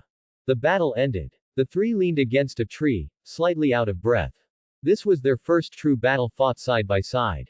Tsunade looked at Jiraiya, walked over, and extended a hand glowing with green chakra, beginning to heal his wounds. Hiss, gently, Tsunade, it hurts. Shut up. If you scream again, I'll give you a few more punches. Orochimaru looked at them, and for once, he didn't call them idiots. He just pulled out a small bottle from his pregnant and tossed it to Jiraiya. Chakra recovery potion, my new concoction. Jiraiya took the potion, and looking at his 2 teammates who, though sharp-tongued, were honest in their actions, he chuckled. He felt that teamwork might not be so bad after all. Meanwhile, the last surviving Omegakure Chunin, hiding in the distant bushes, watched the terrifying trio, trembling all over. Daring not to linger, he scrambled and stumbled, fleeing towards the hidden rain village. He kept muttering in a dreamlike voice. Monsters, they are Konoha's monsters. This statement also subtly foreshadowed the collective title that would, in the future, resound throughout the entire ninja world for these 3 individuals. Orochimaru looked in the direction the person fled, chuckling in a rather sinister low voice. Attracting attention went very smoothly, didn't it? Hidden Rain Village, top of the high tower. This was the highest point in the entire village, and also the residence of demigod Hanzo. Outside the tower, the ceaseless rain poured. Inside the tower, it was warm as spring. Hanzo sat cross-legged on the tatami mat, quietly wiping his massive scythe. Kneeling before him was a trembling Chunin from Hidden Rain. It was the sole survivor who had escaped from Jiraiya and his team. That's how it happened, Lord Hanzo. Those 3 Konoha brats are simply monsters. The Chunin's voice still carried lingering fear. Hanzo paused, his side wiping. He lifted his head, his face hidden beneath the large breathing mask, showing no expression. But his gaze was as sharp as a blade. Monsters. He spoke slowly, his voice muffled by the filter of his breathing mask. 3 Konoha brats wiped out the 3 elite squads you led, so you call them monsters. Yes. Yes, Lord Hanzo. The Hidden Rain ninja's head was bowed even lower. That white-haired boy uses Earth Release with a huge range, the blonde girl has terrifying strength, and the most terrifying one, the one with very pale skin, his ninjutsu is extremely bizarre, specifically targeting vital points. Hanzo fell silent. He set his scythe aside, stood up, and walked to the window, looking down at the village shrouded in rain. Hiruzen Sarutobi. He murmured the name softly. Is this your response? Sending 3 brats as bait, or you trying to tell me that your Konoha has no one left? A sneer curled his lips. In his opinion, Hiruzen Sarutobi's action was utterly foolish. The Land of Rain was the main battlefield, a meat grinder. Sending 3 geniuses to their deaths, what good could it do besides proving the immaturity and incompetence of this new Hokage? It seems the death of the second Hokage truly crippled Konoha. Hanzo made his judgment. In that case, there's no need to waste any more time with them. He wanted to use a resounding victory to tell the entire ninja world who the true master of this land was. He would crush these 3 ignorant Konoha insects and hang their heads on the gates of Hidden Rain Village as an insult to Hiruzen Sarutobi. Deliver my command. Hanzo turned to the kneeling Chunin. Yes, Lord Hanzo. Send the Demon Brothers. Upon hearing the words, Demon Brothers, the Hidden Rain ninja's body trembled violently, and fear flashed in his eyes. The Demon Brothers. Kiryu, Ryu. They were not native Hidden Rain ninja but elite Jonin who had defected from Hidden Mist Village years ago. The 2 brothers were of one mind, perfectly coordinated, and especially skilled in combined water release and poison techniques. They were inherently cruel, delighting in torturing their opponents to death, and in the entire Hidden Rain Village, they were feared even by their own people. Because their methods were too bloody, Hanzo rarely used them. But now, to give Konoha a harsh warning, he decided to unleash these 2 most ferocious mad dogs. Tell them, Hanzo's voice was cold and devoid of emotion, I want to see the heads of those 3 Konoha brats. Yes, Lord Hanzo. The Chunin acknowledged the order and scrambled out. In another forest in the Land of Rain. 2 men, dressed in Hidden Rain Village uniforms and bearing a striking 7 or 8/10 resemblance, were leaning against a large tree, boredly sheltering from the rain. They were the Demon Brothers. The elder brother, Kiryu, was relatively calm, currently meditating with his eyes closed. The younger brother, Ryu, seemed somewhat agitated, constantly scratching something on the ground with a kunai. Big brother, what do you think Lord Hanzo is thinking? Asking us to deal with 3 Konoha brats, isn't that making too much of a fuss? Ryu complained. Shut up. Kiryu didn't even open his eyes. Lord Hanzo's orders, we just follow them. I just feel bored, you know. Ryu pouted. I heard one of those brats is a pretty blonde girl. Haha, once we catch her, we'll have some fun. Just then, a Hidden Rain messenger ninja appeared before them. Lord Kiryu, Lord Ryu, Lord Hanzo has ordered you to depart immediately for coordinates 236, 431, to eliminate Konoha's vanguard. Understood. Kiryu slowly opened his eyes and stood up. Ryu also put away his kunai, a cruel smile spreading across his face. He stuck out his tongue and licked his short blade, which was coated in a potent poison. Finally, some fun. The figures of the 2 brothers instantly transformed into 2 afterimages, vanishing into the rain. Their speed was extremely fast, traversing the complex forest as if on flat ground. Soon, they arrived at the designated area. Big brother, they're just ahead. Ryu twitched his nose, he smelled the scent of living people in the air. Kiryu nodded. Same old routine, I'll create the environment, and you'll do the harvesting. Alright. Ryu rubbed his hands excitedly. Kiryu quickly formed hand seals. Water release, hidden mist jutsu. A mist, denser than the surrounding environment and even carrying a faint sweet, metallic smell, spewed from his mouth, rapidly spreading towards Jiraiya and their location. This mist not only obscured vision, but it also contained his specially formulated toxins, which could slowly paralyze the enemy's nerves through the respiratory tract. In such rainy weather, this poisonous mist was almost impossible to counter.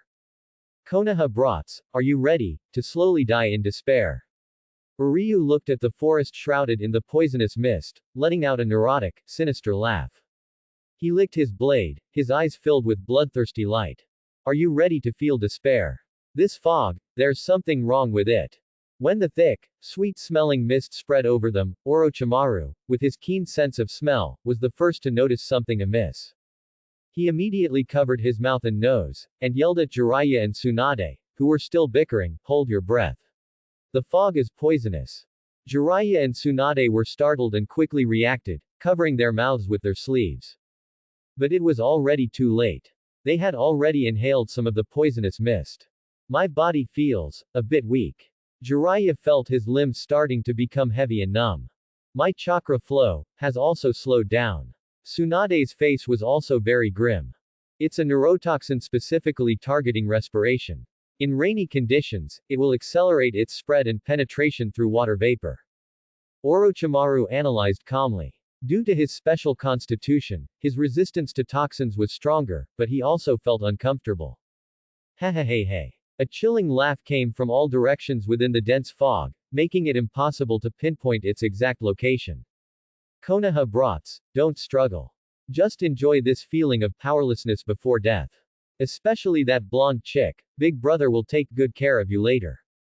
Hearing these vulgar words, Tsunade's face instantly became covered in frost. If you have the guts, come out. She roared. As you wish. As soon as the words fell, two dark figures, like specters, darted out from the fog, one from the left and one from the right. The short blades in their hands carried a deadly cold gleam, aiming directly for Jiraiya and Orochimaru's backs. Their speed was astonishing. Watch out! Tsunade exclaimed, wanting to help, but the numbness in her body made her a step slow. Hidden shadow snake hands. Orochimaru reacted extremely quickly, several poisonous snakes darting out from his sleeves, coiling around one of the enemies. Fire release. Flame bullet. Jiraiya also forcefully gathered chakra, spitting out a fireball from his mouth, forcing back the other enemy.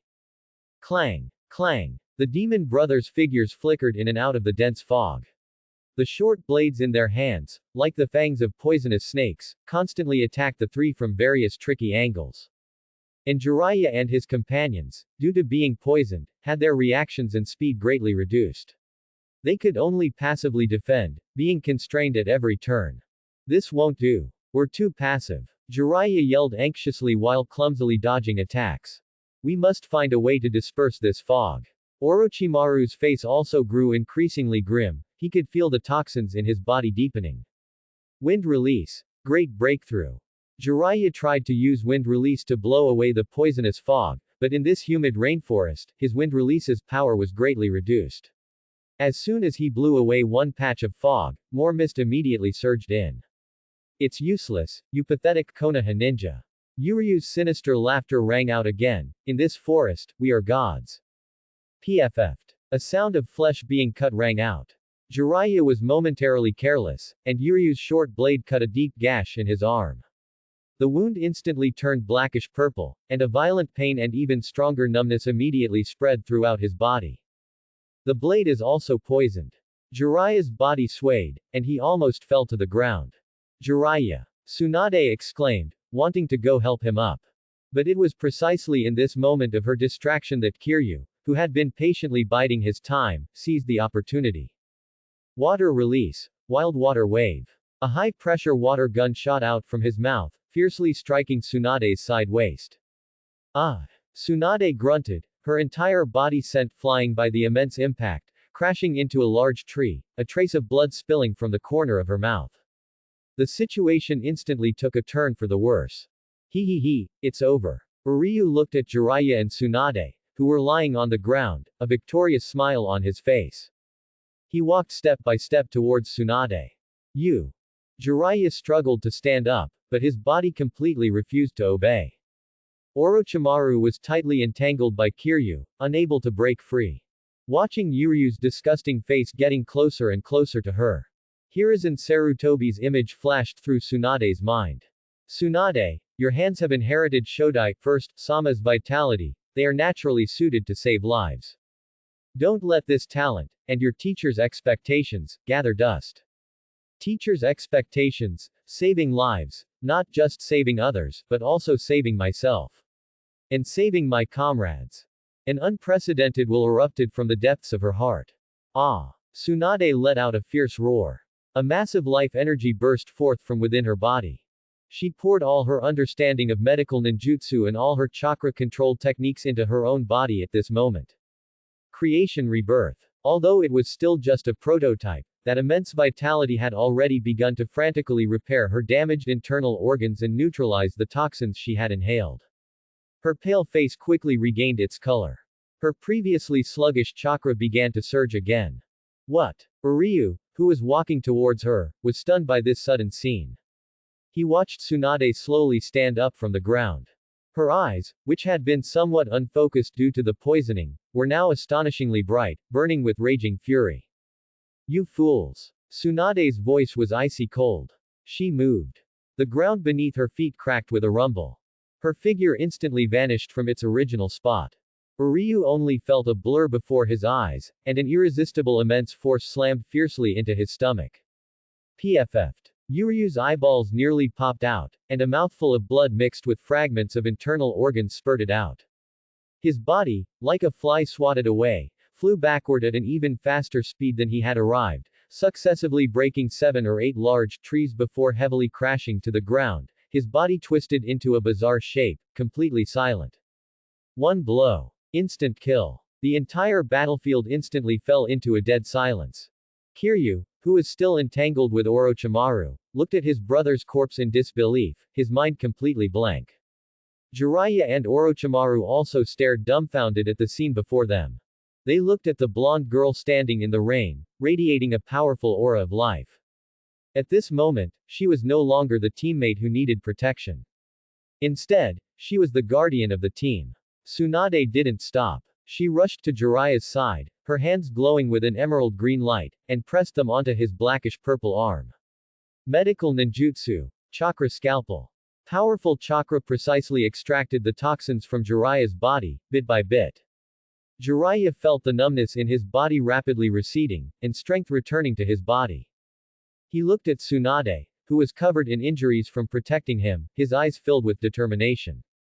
A surge of anger and a will to protect exploded in his chest. Jiraiya slowly stood up. He looked at Kiryu, who was aghast in the dense fog. The situation completely reversed the moment Tsunade unleashed her astonishing power.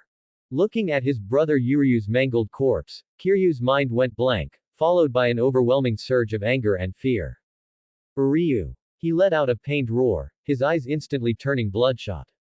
He abandoned his entanglement with Orochimaru and turned to rush towards Tsunade, intent on avenging his brother. However, a figure was faster than him. It was Jiraiya. Jiraiya roared, delivering a powerful, heavy whip kick that swept fiercely towards Kiryu.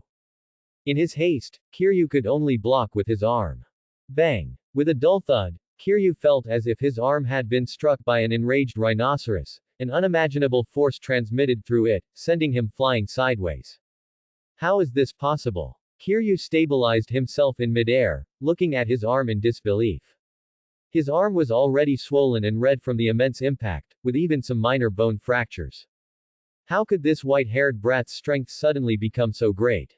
What he didn't know was that at this moment, Jiraiya's chakra was boiling at an unprecedented speed due to his anger and his strong will to protect Tsunade. More importantly, his innate sage mode body, which allowed him to be in harmony with natural energy, was unconsciously activated at this moment. Traces of imperceptible natural energy were flowing through his body, merging with his chakra, causing his strength to instantly surge. I'll kill you all. Kiryu was completely enraged, frantically forming hand seals. Water release. Great waterfall technique. A massive current of water gathered before him, forming a colossal waterfall that crashed down upon Jiraiya and Tsunade. He intended to use this move to completely drown the two of them. You won't succeed. Jiraiya also formed hand seals, his sealing speed more than twice as fast as before. Fire release. Great fireball. A giant fireball, several times larger than before, spewed from his mouth, carrying the momentum to incinerate all, meeting the waterfall head-on. Boom. The collision of water and fire once again erupted with a more violent roar than before. Vast amounts of steam, like a tsunami, swept through the entire forest. The previously dense poisonous mist, under the impact of this high-temperature steam, was instantly evaporated and diluted, vanishing without a trace. The Demon Brothers' greatest home advantage was completely shattered by Jiraiya's furious attack. Well done, Jiraiya. Tsunade praised him, and at the same time, her medical treatment was complete.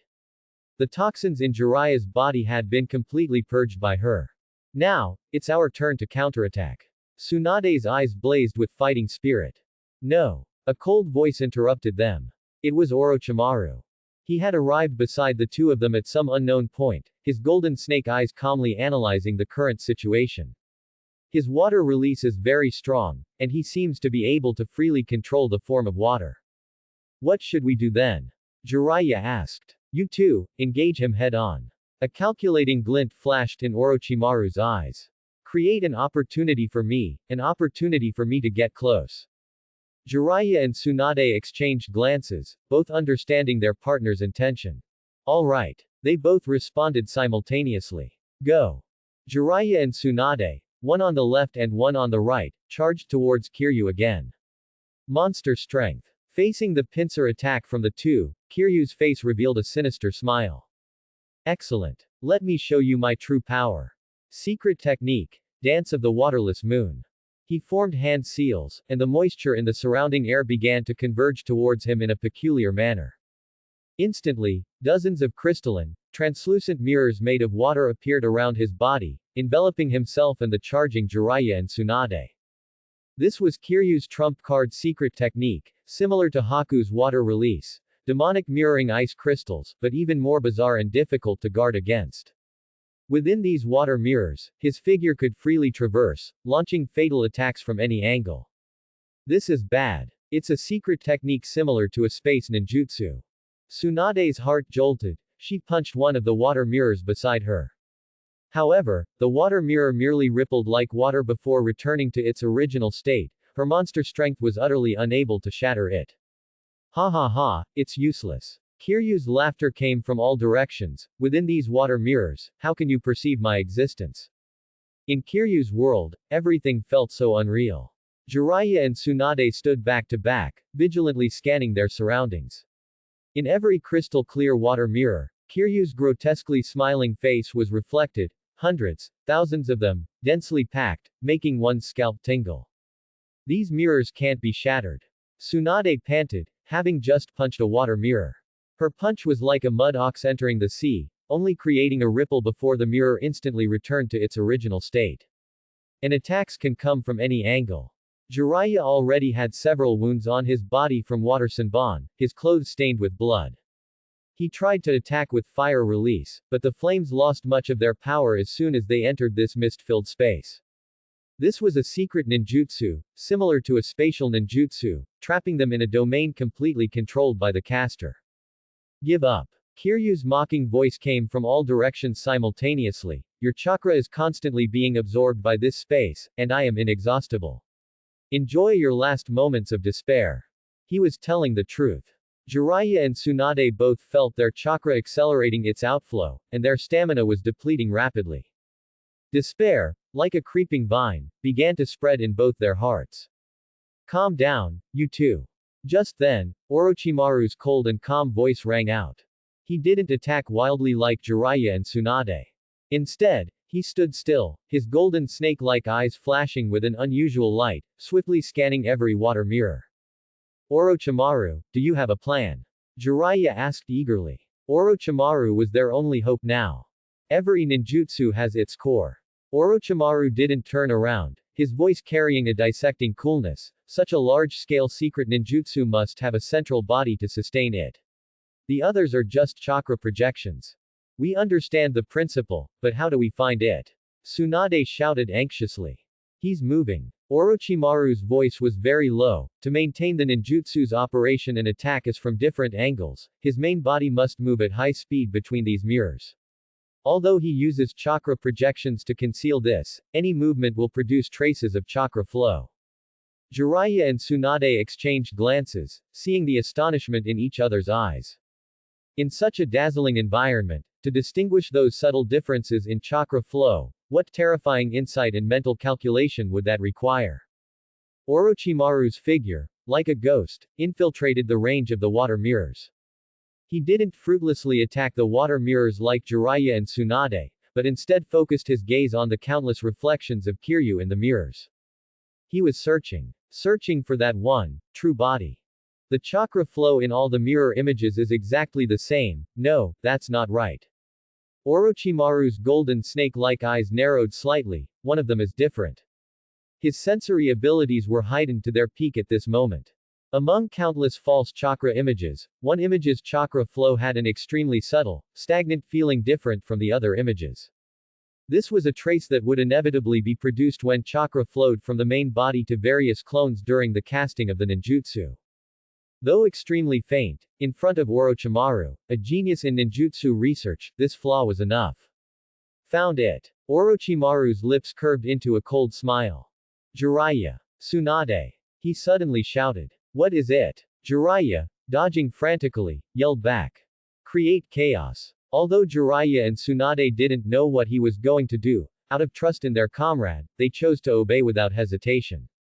All right. Watch me. Jiraiya roared, no longer dodging, but concentrating all his chakra into his hands. Boom. Power erupted instantly. Countless shattered rocks and dirt were swept into a storm, indiscriminately shooting towards the water mirrors in all directions.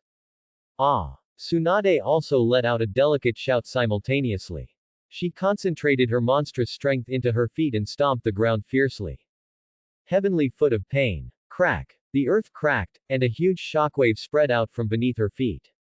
Two destructive forces of different attributes erupted simultaneously at this moment. The entire water mirror space trembled violently. Brats. Kiryu was greatly alarmed. He had no choice but to divert a large amount of chakra to maintain the stability of the water mirrors. And this distraction gave Orochimaru the perfect opportunity. Now. Found it. Orochimaru suddenly spoke, his snake-like eyes locking onto a water mirror in the front left. Now. Orochimaru had been waiting for this very instant. Summoning jutsu. Triple Rashomon. He slammed his hands on the ground, instantly unleashing the chakra within him. Boom. Boom. Boom. Three enormous iron gates, carved with demon faces, rose from the ground, forcefully tearing apart the space formed by the water mirrors with an unreasonable might. Crack. Crack. With the forced insertion of the triple Rashomon, the structural integrity of the water mirror space instantly collapsed. The surrounding mirrors shattered like glass, piece by piece, revealing Kiryu's horrified true body behind them. He never dreamed that his secret ninjutsu would be broken in such a simple and crude manner. Now. Tsunade. Jiraiya roared, simultaneously forming hand signs. His wild white hair instantly grew long and stiff, like countless steel needles, covering Kiryu. Ninja art. Lion's mane hair ninjutsu. This was to restrict Kiryu's movements, creating a fatal opportunity for Tsunade. Oh oh oh oh oh. Tsunade let out a roar, stomping her foot fiercely, instantly cracking the ground. She transformed into a green afterimage, instantly crossing dozens of meters to appear before Kiryu. Her beautiful face was now filled with cold killing intent. For what you've done, pay the price. Heavenly foot of pain. She leapt high, gathering all her strength into her right foot, and like a battle axe, brought it down upon the terrified Kiryu's head. Kiryu wanted to dodge, but Jiraiya's white hair had already entangled his limbs. He wanted to defend, but having been severely wounded by the Rashomon, he didn't even have the strength to form hand signs. He could only watch as the foot, imbued with the aura of death, infinitely magnified in his pupils. No. Boom. A tremendous crash, as if a meteor had fallen. The entire forest shook, and dust billowed into the sky. When the dust settled, only a terrifying crater, over 10 meters in diameter, remained. In the center of the deep pit, Tsunade slowly withdrew her foot. As for Kiryu, not even a complete corpse could be found. he had been utterly reduced to dust.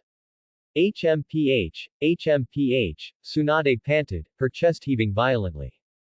Nice job. Tsunade. Jiraiya retracted his hair, rushing over and shouting excitedly, you were totally awesome just now. Bang. His reply was Tsunade's merciless punch. Shut up. You're too loud. Tsunade rubbed her fist. Orochimaru slowly walked over, glanced at the deep pit, then at Tsunade and Jiraiya. He pulled out 2 vials of medicine from his pocket and threw them over. The latest military ration pills developed by Hiruzen, they can quickly replenish energy. Jiraiya caught the vials, grinning, thanks, Orochimaru. Just as the 3 relaxed their guard slightly and prepared to rest. Suddenly, the drizzling rain around them stopped. An indescribable, terrifying pressure, as if it could freeze the soul, descended from the sky. The 3 stiffened, their smiles instantly vanished, and their muscles instinctively tensed, assuming defensive stances. A figure, like a ghost, silently appeared on a nearby tree branch. He wore a large respirator mask and the attire of Hidden Rain Village, his eyes calm and profound, like an ancient well with no visible bottom. Merely standing there, he exuded a towering, awe-inspiring pressure. Hanzo. The demigod, Orochimaru's voice was quite dry. Hanzo ignored them, merely looking down at the massive crater and the traces of battle around it, a ripple flashing through his calm eyes. To be able to defeat the demon brothers whom I personally trained, your strength indeed exceeds my expectations. His voice came through the respirator mask. It seems Hiruzen Sarutobi's ability to teach disciples is not bad after all. As soon as he finished speaking, his figure vanished from the tree. The next second, he had already appeared before the 3. Extremely fast. The 3's pupils constricted sharply. Without thinking, they simultaneously launched their attacks. Fire release. Great fireball. Monstrous strength punch. Hidden shadow snake hands. Fireballs, fist winds, and venomous snakes, from 3 directions, attacked Hanzo with the most synchronized coordination. However, Hanzo merely unhurriedly drew the scythe from his back. Clang. A cold gleam flashed. Flames were split, fist winds were parried, and venomous snakes were cut down. With just one move, their combined assault was easily neutralized by him. A sense of powerlessness simultaneously surged in the hearts of the 3. However, Hanzo did not continue his attack. Instead, he retracted his scythe, took a step back, and distanced himself from them. Very good perseverance and teamwork. Hanzo's tone carried a hint of condescending approval. Compared to those useless fools sent to their deaths a while ago, you 3 are worthy of me remembering your names. Jiraiya, Tsunade, and Orochimaru were fully on guard, cold sweat soaking their backs, staring intently at him. Hanzo's gaze swept over the 3, one by one. It is Konoha's fortune to have young ninja like you.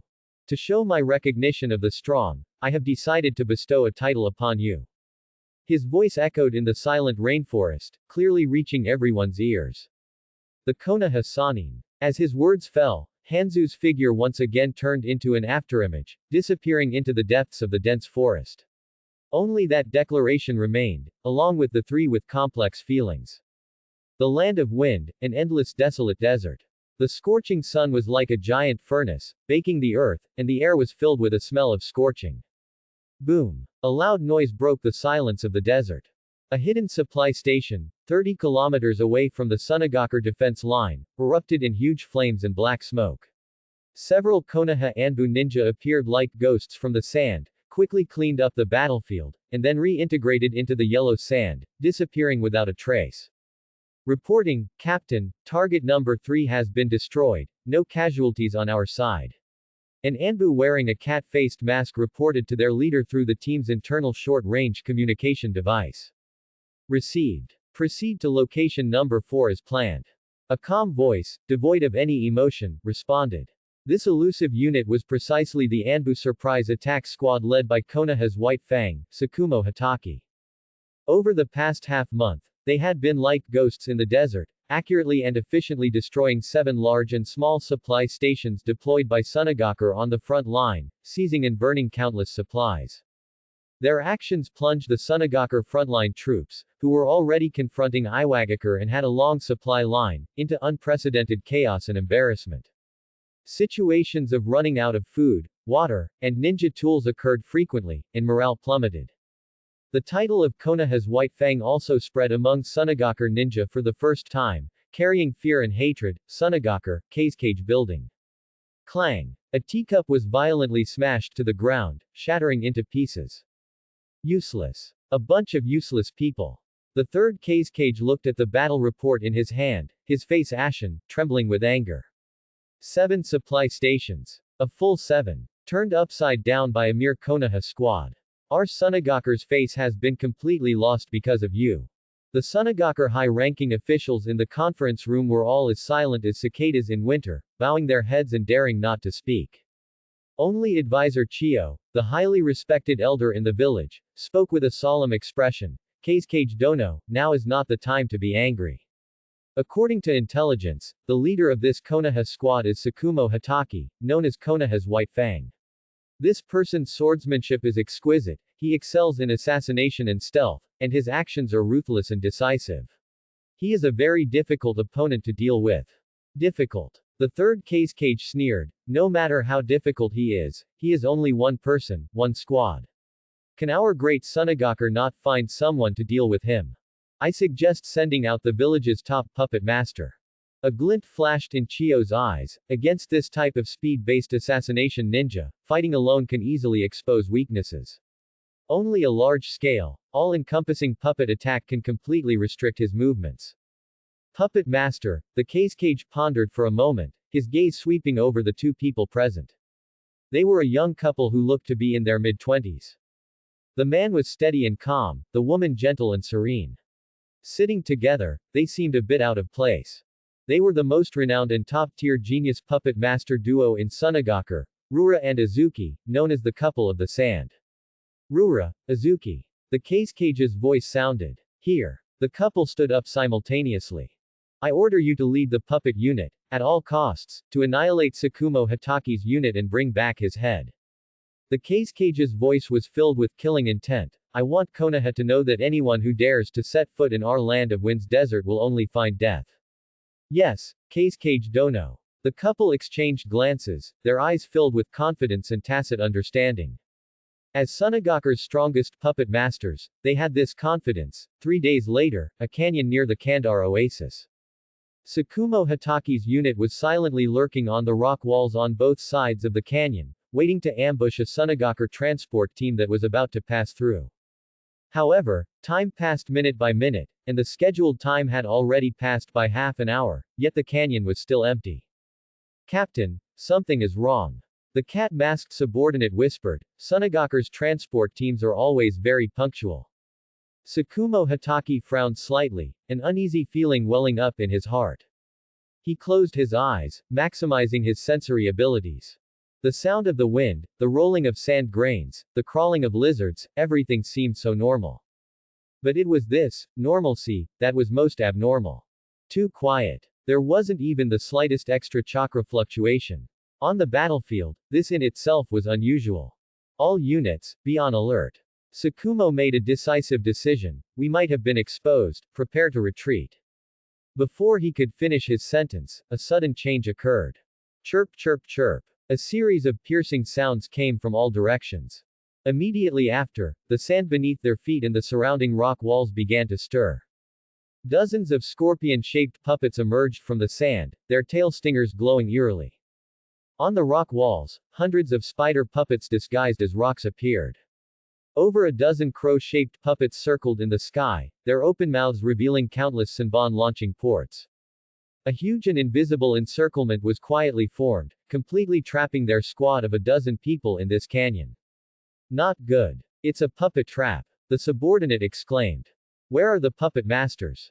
Tsukumo's eyes became incredibly sharp. He knew that he had to find and eliminate the controllers as soon as possible. Ha ha ha, looking for us. Konoha's White Fang. A gentle male voice came from above the canyon. Everyone looked up and saw the couple Rura and Azuki standing side by side at the top of the canyon, looking down at them as if they were caged beasts. My wife and I have been waiting here for a long time, Azuki said with a smile, but that smile sent shivers down one's spine. To deal with you, we've even brought out the 10 puppet collection of Chikamatsu. Rura raised his hand, and countless nearly invisible chakra threads extended from his fingertips, connecting to the puppets below. Attack! With his command. Buzz! All the puppets moved at the same time. Poison needles, Sanban, poison claws, like a torrential storm, poured down from above and below, from all directions, without blind spots, towards Sakumo's squad. Form up. Defend. Sakumo roared, his white-fanged short sword instantly unsheathed, dancing into a silver curtain of light, blocking all attacks aimed at him. The Anbu members also reacted quickly, forming a defensive formation back-to-back, using earth release and water release to resist the endless attacks. However, the enemy's numbers were too many. PFF'd. An Anbu member, in order to cover a comrade next to him, had his back slashed open by a spider puppet's sharp claw, leaving a deep wound visible to the bone. Blood instantly stained his clothes. Yamanaka. The subordinate exclaimed. The injured Anbu ninja groaned, his face quickly turning purplish-green. Clearly, the sharp claw was coated with potent poison. It's nothing, I won't die. He yelled through gritted teeth. Sakumo Hatake looked at the puppet master couple with calm expressions at the top of the distant canyon. They were the commanders of this mission. He then looked at his subordinates, who were fighting valiantly, covered in blood, and beginning to suffer casualties. Should he charge into the enemy formation at all costs, slay the enemy commander, and complete the mission? Or, should he lead the unit, which was already suffering casualties, abandon the mission, break through and retreat, and save the lives of his subordinates? Hiruzen Sarutobi's words seemed to echo in his ears. No mission is more important than the lives of comrades. But, if the mission failed, Sunagaku's supply line would be preserved, and Konoha's main forces on the front line would consequently bear greater pressure and suffer more casualties. Sacrificing these few comrades in front of him to achieve a greater victory, this, it seemed, was the most correct choice as a commander. Watching his poisoned subordinate's face worsen and his breathing become faint, Sakumo Hatake tightened his grip on the white-fanged short sword. Time, at this moment, seemed to slow to an immeasurable crawl. Inside Sakumo Hatake's mind, two voices battled fiercely. One voice, cold and rational, echoed the ironclad rules of the Anbu he had lived by for years: mission above all. Personal sacrifice is for the greater good of the village. This is the optimal time to eliminate the enemy's commander. Hesitation will only render the sacrifice meaningless. The other voice carried the gentle yet firm tone of his teacher, Hiruzen Sarutobi. Sakumo, remember, we are humans, not machines for missions. Cold rules can never replace the warmth of the will of fire. Protecting comrades is, in itself, the highest level mission. Sakumo abruptly closed his eyes. When he opened them again, all struggle and hesitation had vanished. Cover the wounded and retreat immediately. That's an order. Captain. The feline-masked subordinate was stunned, unable to believe his ears. But. Retreat. Sakumo's tone was beyond question. He hoisted the poison team member onto his shoulder, then, with a backhand slash, cleaved an attacking Sasori puppet in two.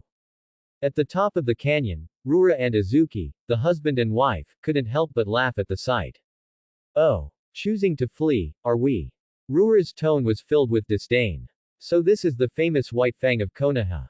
He's not as impressive as his reputation. It seems we overestimated him. Azuki also shook his head. You think you can just leave? Leave your lives behind instead. Increase the assault. Don't let a single one escape. Instantly, the puppet attacks became even more ferocious. The Anbu squad from Konoha, led by Sakumo, fought as they retreated. One team member, covering their retreat, was overwhelmed by dozens of puppets and instantly torn to shreds. Finally, they retreated to a relatively narrow valley entrance. You take the wounded and go first. Hurry. Sakumo handed the poisoned team member on his shoulder to his subordinate, then abruptly turned around, facing the hundreds of puppets surging like a tide behind him, alone. Captain. Everyone cried out in alarm. Sakumo didn't look back, his voice resolute. I'll cover the rear. The subordinate gritted his teeth, looking at Sakumo's determined back. Retreat. The Anbu, carrying the wounded, quickly disappeared beyond the valley entrance. On the battlefield, only Sakumo Hatake remained, facing the endless army of puppets. Covering the rear. Such foolish individual heroism. At the top of the canyon, Rura sneered in judgment. You alone think you can stop my 10 puppet manipulation. Crush him. However, what happened next made his smile freeze completely on his face. Tsukumo Hatake, alone against the puppet frenzy, was not instantly overwhelmed as they had expected. Not only did he not retreat, but he charged forward. Compared to the passive situation moments before, Tsukumo Hatake fighting with a single sword could truly unleash his maximum strength. The white-fanged short sword in his hand, at this moment, seemed to come alive. A silver lightning bolt, against the torrent of puppets, plunged fearlessly into the enemy ranks. His figure was impossibly fast. He didn't clash head-on with the hardened puppets but moved like a top-tier dancer, weaving through the gaps between blades and claws. Every dodge perfectly avoided a fatal attack. Every strike precisely targeted the puppet's most vulnerable joints, or, the chakra threads controlling them. Swish, swish, swish. Silver light flashed, and several chakra threads, almost invisible to the naked eye, snapped. In midair, a dozen puppets instantly lost control, falling to the ground like kites with severed strings, clattering loudly. What? Rura raised an eyebrow. He then realized that Tsukumo's target had gradually shifted from the puppets themselves to the chakra threads used to control them. He observed this so quickly. Stop him. An alarm blared in Rura's mind. He immediately changed his strategy, directing all the puppets to cease indiscriminate area attacks and instead contract their formation, intending to trap Tsukumo in the center. However, it was too late. Whoosh! After severing a large number of chakra threads and creating a brief moment of chaos, Tsukumo's figure stomped the ground, and he shot upwards like a cannonball along the almost vertical canyon wall. His target was precisely the sand couple at the top of the canyon. He's coming. Azuki, use black secret technique. Rura's face changed drastically. He hadn't expected Tsukumo to have the energy to counterattack in that situation. Understood. Azuki formed hand seals, and a huge scroll strapped to his back instantly unfurled. Black secret technique. Puppet summon. 3 great treasures suction destruction. 3 enormous humanoid puppets instantly appeared, blocking their path. One of them opened its large mouth, generating a tremendous suction force, attempting to directly pull Tsukumo from midair. However, Tsukumo's figure executed an eerie twist in midair, and a flash of white light streaked through. Rip. The puppet releasing the suction force was cleanly cleaved in half from head to toe. Without the slightest pause, he used the force of the slash to breach the defense, appearing before the husband and wife as if by instantaneous movement. Too fast. Azuki's face still held the concentration of casting, and in her pupils, a pure silver blade gleamed. It was the last light she saw in her life. PFF'd. The white-fanged short sword silently sliced across her neck. A spray of warm blood splattered onto Rura's face beside him. Uzu, ki. Rura stiffly turned his head, looking at the incredulous expression on his wife's face and the thin line of blood on her neck, his mind a blank. You. He only managed to utter one word. Tsukumo, with a backhand slash, the white-fanged short sword drew a perfect arc, piercing straight through his heart. He withdrew the short sword, not a single drop of blood staining it. The 2 bodies softly collapsed. Below the canyon, the dozens of originally terrifying puppets, at the same moment, lost all power and clattered to the ground, turning into a pile of scrap metal. Between Tsukumo's chest and abdomen, a wound slashed by a poisonous claw was oozing black blood. This was the price he paid for enduring a blow to break through the 3 great treasures suction destruction's defense. He suppressed the intense pain and the numbness brought by the poison, and quickly chased after the main group.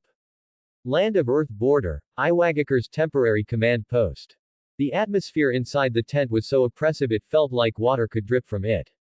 Bang! The 3rd Tsuchikage, Onoki, slammed his palm onto the map, his small stature erupting with astonishing fury. Useless. A bunch of good-for-nothings. He pointed at the dejected Iwagakure Jonin below, his beard trembling with rage. Half a month. We launched over a dozen probing attacks, and every single one was seen through in advance, every single time we were played for fools. We suffered nearly 100 casualties, and didn't even touch the shadow of their main camp. You tell me, what is going on? Is Konoha's phantom pupil wall truly impenetrable? The tent was silent, no one dared to speak. The Konoha forces led by Uchiha Kagami, relying on their flawless intelligence system, were like an invisible, untouchable, yet unbreakable wall, firmly blocking their path. Iwagakure's proud earth release stealth and disguised surprise attacks were as ridiculous as children playing house in front of those fooled Sharingan. All their operational intentions were clearly analyzed by the enemy commander, that guy named Nara Shikaku.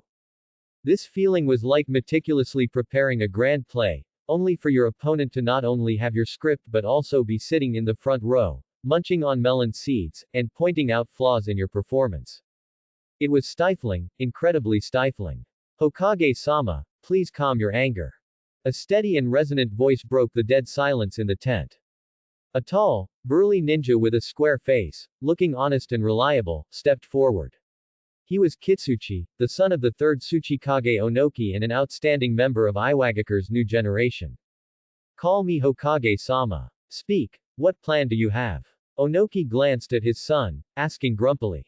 Yes, Hokage-sama, I believe our previous failures were due to over-reliance on conventional stealth methods. Kitsuchi pointed at the map, full of confidence. Uchiha's Sharingan are indeed powerful, they can see through chakra flow and discern most disguises. But their eyes can't possibly see through 100 meters of rock deep underground, can they? At his words, everyone in the tent was stunned. 100 meters underground. What kind of concept was that? The density and pressure of the rock layers there meant ordinary earth release ninja couldn't stay for long, let alone move long distances. A strange glint flashed in Onoki's eyes. Continue. I request, Hokage-sama, to be allowed to lead an elite earth release unit, using my recently developed secret ninjutsu, earth release, deep earth submergence technique, to directly bypass all of Konoha's reconnaissance defenses from 100 meters deep underground and launch a surprise attack on their main camp.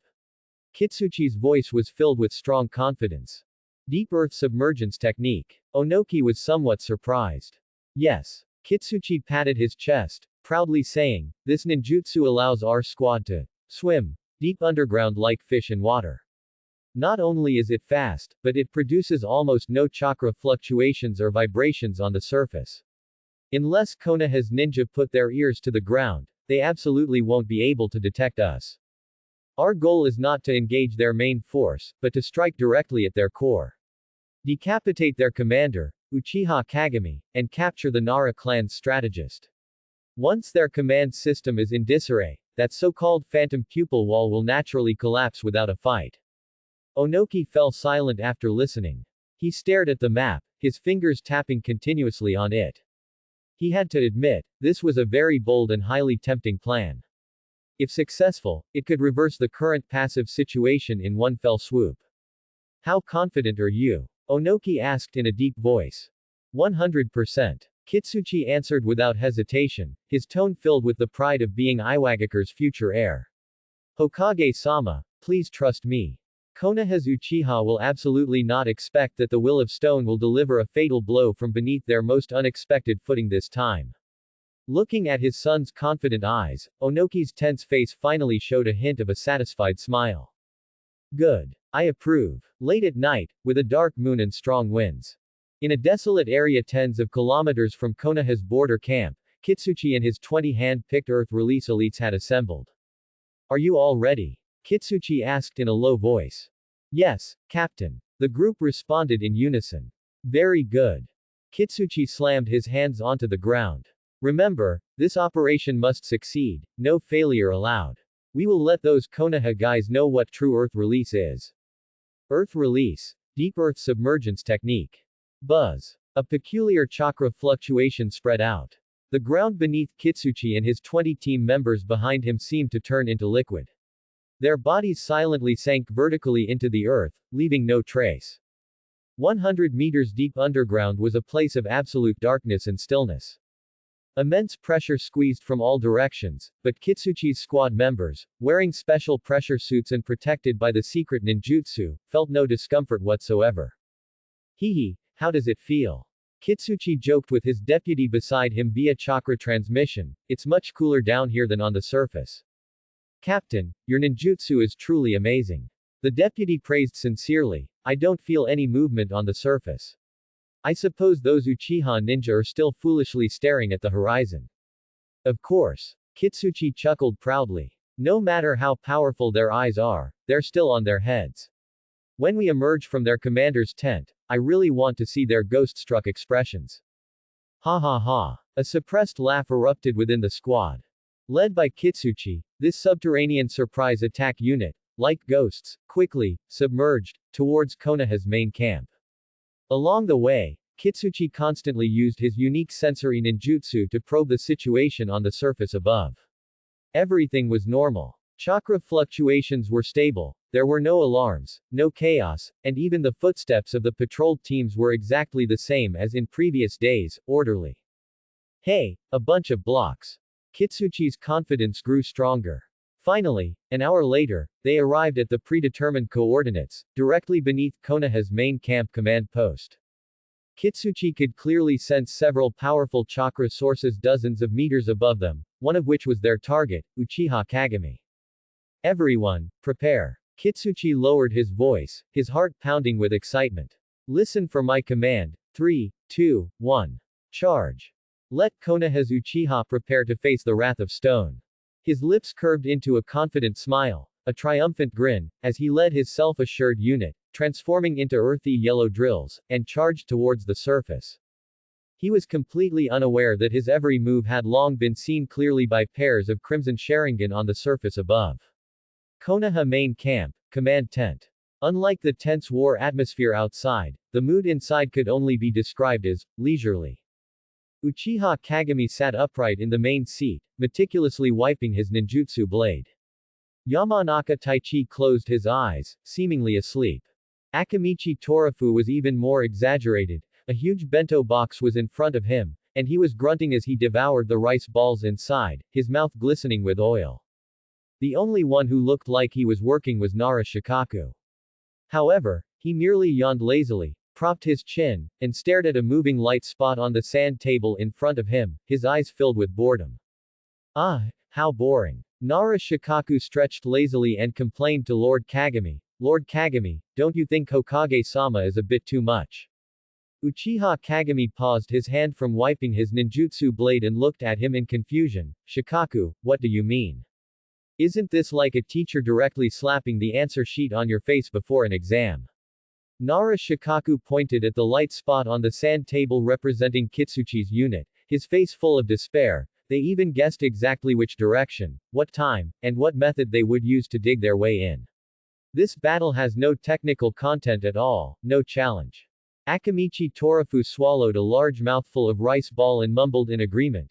Yeah, I'm so bored I could sprout feathers. Shikaku, do you think if we catch them later, they can pay for my rice balls? I've eaten 3 extra boxes waiting for them. Yamanaka Taichi didn't even open his eyes and said faintly, Torikas, you just want an excuse to eat another box, don't you? Uchiha Kagami listened to their conversation, feeling a bit exasperated. Hokage-sama had indeed given him a special tip before the battle. That tip detailed a subterranean surprise attack, tactic that Iwagakure was highly likely to employ after their conventional attacks were thwarted. It even clearly marked the principles of the ninjutsu they might use, their Qianxing depth, and the best location for the surprise attack. At the time, Uchiha Kagami found it somewhat incredible, but out of absolute trust in Hokage-sama, he and Nara Shikaku still set up this inescapable net today based on that tip. Now it seemed Hokage-sama's wisdom could no longer be described as mere foresight, it was practically a divine oracle.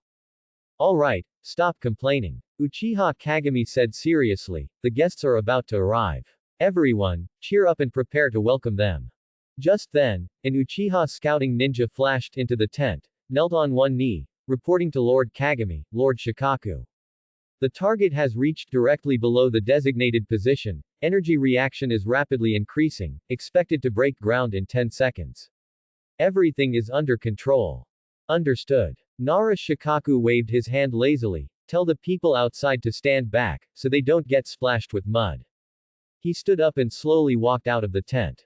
At this time, a large open space had been cleared in the center of the camp, and the surrounding Konoha ninja, far from being panicked, were instead gathered in the distance, pointing and gesturing as if watching a show. They're here, they're here. Everyone, look closely. This is the groundhog coming out of its hole, from Hokage-sama's prophecy. Place your bets, place your bets. Guess what posture they'll emerge in. Listening to the relaxed banter of his companions around him, Nara Shikaku shook his head helplessly. He stood with his hands in his pockets, staring at the center of the open space, and softly uttered two words. How stupid. Boom. The ground suddenly exploded, dirt and rocks flying. Kitsuchi took the lead, bringing his 20 most elite subordinates, breaking out from underground in an extremely cool posture. Ha ha ha ha ha. Konoha ninja, feel the pain. Kitsuchi's grand declaration was only half shouted before it caught in his throat. Because the scene of panic and scattered fleeing he had envisioned simply did not appear. What greeted them was an empty field, and hundreds of pairs of eyes around them, looking at them like idiots. All the Iwagakure ninja were stunned. What was this situation? A welcome party. Before they could react, a strange sensation suddenly came from the ground beneath their feet. It wasn't solid earth, but sticky, as if stepping into a swamp, feeling. Not good. It's a trap. Kitsuchi's face changed drastically. He immediately realized that they had rushed into an area that had been modified in advance. The ground beneath their feet had long been mixed with a certain clay by earth release, turning it into a terrifying mud pit. Trying to run. Too late. A lazy voice came. Ninja art. Shadow imitation jutsu.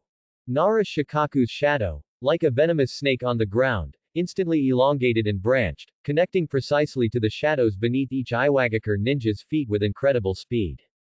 Kitsuchi only felt his body stiffen, then he completely lost control. He remained in the posture he had just broken out of the ground, unable to move at all, and the confident smile on his face completely froze, looking utterly comical. The 20 subordinates behind him were also firmly fixed by the shadow imitation jutsu, each turning into a sculpture of various shapes. Alright, it's my turn. Akamichi Torafu patted his stomach and stepped forward. Partial expansion jutsu. Boom. A giant hand, like a small mountain, descended from the sky, carrying an irresistible sense of oppression. The Iwagakure ninja were terrified, thinking they were about to be flattened into meat paste. However, as the giant hand reached above their heads, it suddenly slowed down, and then, gently, one by one, it lifted them out of the mud pit like chicks, neatly placing them on the open ground nearby. The entire process was filled with an unspeakable theatricality. Immediately after, Yamanaka Taichi also moved. Mind transfer jutsu. Just to be safe, he casually controlled an Iwagakure ninja who looked relatively stubborn, made him actively throw away the kunai in his hand, and then put his hands on his head and squatted on the ground. At this point, the battle ended. From Kitsuchi breaking out of the ground to the entire group being captured, the whole process took no more than 30 seconds. There was no scream, not a single drop of blood. On Konoha's side, not even one person drew their weapon. Kitsuchi was bound by the shadow, unable to move his body, but he could roll his eyes. He looked at the unharmed Konoha ninja around him, who were still pointing and gesturing at him, and at Uchiha Kagami, who walked towards him with a calm expression, his face filled with disbelief. A sense of humiliation from being completely outsmarted made him almost vomit blood. Staring intently at Uchiha Kagami, he squeezed out a few words through gritted teeth. How is this possible? How did you know? Uchiha Kagami looked at the Iwagakure young master before him, who was frozen in a pose of emerging from the earth, a stiff smile on his face like a comical statue, his heart completely unmoved.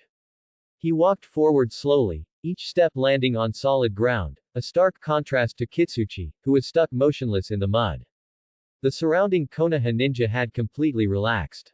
Some had even begun to clear the battlefield, if it could even be called a battlefield. They used earth release to refill the mud pit, then used ropes to securely bind the Iwagakure elites, whom Akamichi Torafu had pulled out like little chicks. The entire process was quiet, efficient, and even carried a hint of eerie harmony. Uchiha Kagami's expression remained as gentle as ever. He slowly walked in front of Kitsuchi, looking down at him. How did you know? Uchiha Kagami smiled, a smile that, to Kitsuchi, was full of mockery. Because this is Konoha's defense line. Yes, this was Konoha's defense line, a battlefield personally laid out by the man known as the Professor of Ninja. They thought they had found the opponent's blind spot, unaware that their every move had been on the opponent's chessboard from the very beginning. What exactly did you do? Kitsuchi asked unwillingly. He couldn't understand how, at a depth of 100 meters underground, his secret technique could possibly have been detected. Nara Shikaku, standing nearby, lazily walked over, picked his ear, and explained in an annoyed tone, "We didn't do much. We just used earth release to mix in super strong clay, a special product from the back mountains of our Nara clan, into several areas where Hokage-sama predicted the groundhogs were most likely to emerge. Then we had the perception ninja of the Tana clan set up a few miniature chakra beacons underground." He spread his hands, looking helpless. "You were also very cooperative, emerging perfectly from Pit A, where we were most prepared. Honestly, we had several plans ready.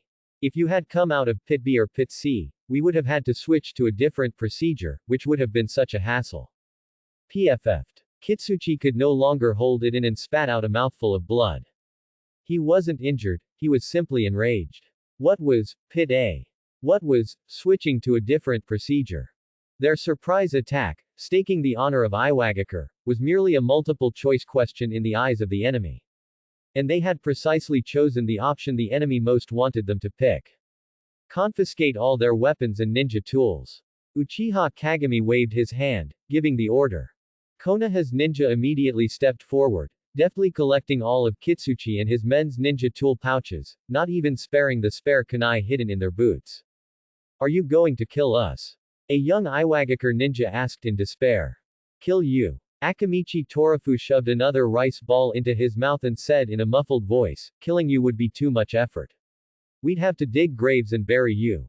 Nara Shikaku gave him a sidelong glance. Upon hearing this, Kitsuchi's face turned even more ashen. He knew that this time, he had not only been defeated but had also become a disgrace to Iwagakure. "By the way, Shikaku." Uchiha Kagami turned to Nara Shikaku, "Does Hokage-sama have any other instructions?" Nara Shikaku pulled out a small notebook from his and flipped through it. Hokage-sama said that Onoki is short-tempered and has strong self-esteem.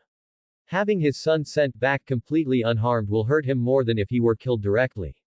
He probably won't have the mind for any more small tricks for a while. He wants us to stay put and continue guarding the gate. Hokage-sama's wisdom is truly unfathomable, Uchiha Kagami exclaimed sincerely. "Let them go." Uchiha Kagami walked up to Kitsuchi, looked him directly in the eyes, and said word for word, "Go back and tell Onoki that with Uchiha present, any small actions by Iwagakure are meaningless. Konoha does not wish to escalate the war, but if Iwagakure insists on fighting, we will fight to the end. Now, take your men and get out." With that, Nara Shikaku sighed helplessly and released his shadow imitation technique. The binding sensation disappeared, and Kitsuchi and his team members regained their freedom. They looked at each other, unsure what to do for a moment. They had come for a surprise attack, but were captured alive. They thought they were going to die, but then the enemy let them go. This feeling was even more unbearable than being killed outright. Kitsuchi looked deeply at Uchiha Kagami, then at the Konoha ninja around him, all with varying expressions. He said nothing, only silently bowed deeply to Uchiha Kagami. Kitsuchi and his 20 equally disheartened subordinates, like defeated roosters, clumsily crawled back into the underground tunnel they had come from, under the gaze of hundreds of Konoha ninja. Watching their disappearing backs, Akamichi Torafu clicked his tongue in regret. "Sigh, my trenches." Nara Shikaku, on the other hand, held his forehead and let out a long sigh. "Lord Kagami, that move of yours was even crueler than killing them. Now, that Kitsuchi kid will probably have a lifelong trauma from this." Uchiha Kagami did not answer, only looked up in the direction of Konoha. He knew that behind this seemingly benevolent decision lay Hokage-sama's deeper strategic considerations. Killing only brings hatred. But winning hearts is what brings true peace. Iwagakure, Tsuchikage's office. Onoki looked at his son, who had returned in disarray and reported everything in detail. His small body was so enraged that he stomped his feet on the spot. Bang! This time, he didn't slam the table, but directly punched a large decorative rock nearby, pulverizing it into a cloud of dust.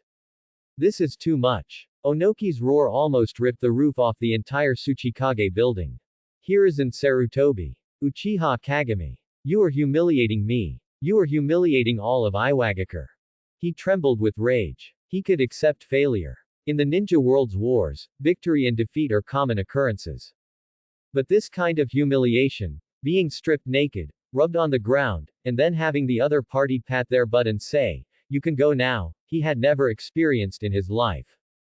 Father Sama. Kitsuchi said, lowering his head, his voice hoarse, "It's my fault. I was too careless." "It's not your fault." Onoki interrupted him. Although he was angry, he had not lost his reason. "It's that Hiruzen Sarutobi. His schemes are too deep. He's not fighting a war at all, he's playing with us." He finally understood now. Konoha's so-called phantom pupil wall was not a simple reconnaissance defense line at all. It was a massive information black hole, sucking in all of Iwagakure's actions and then converting them into the most advantageous intelligence for them.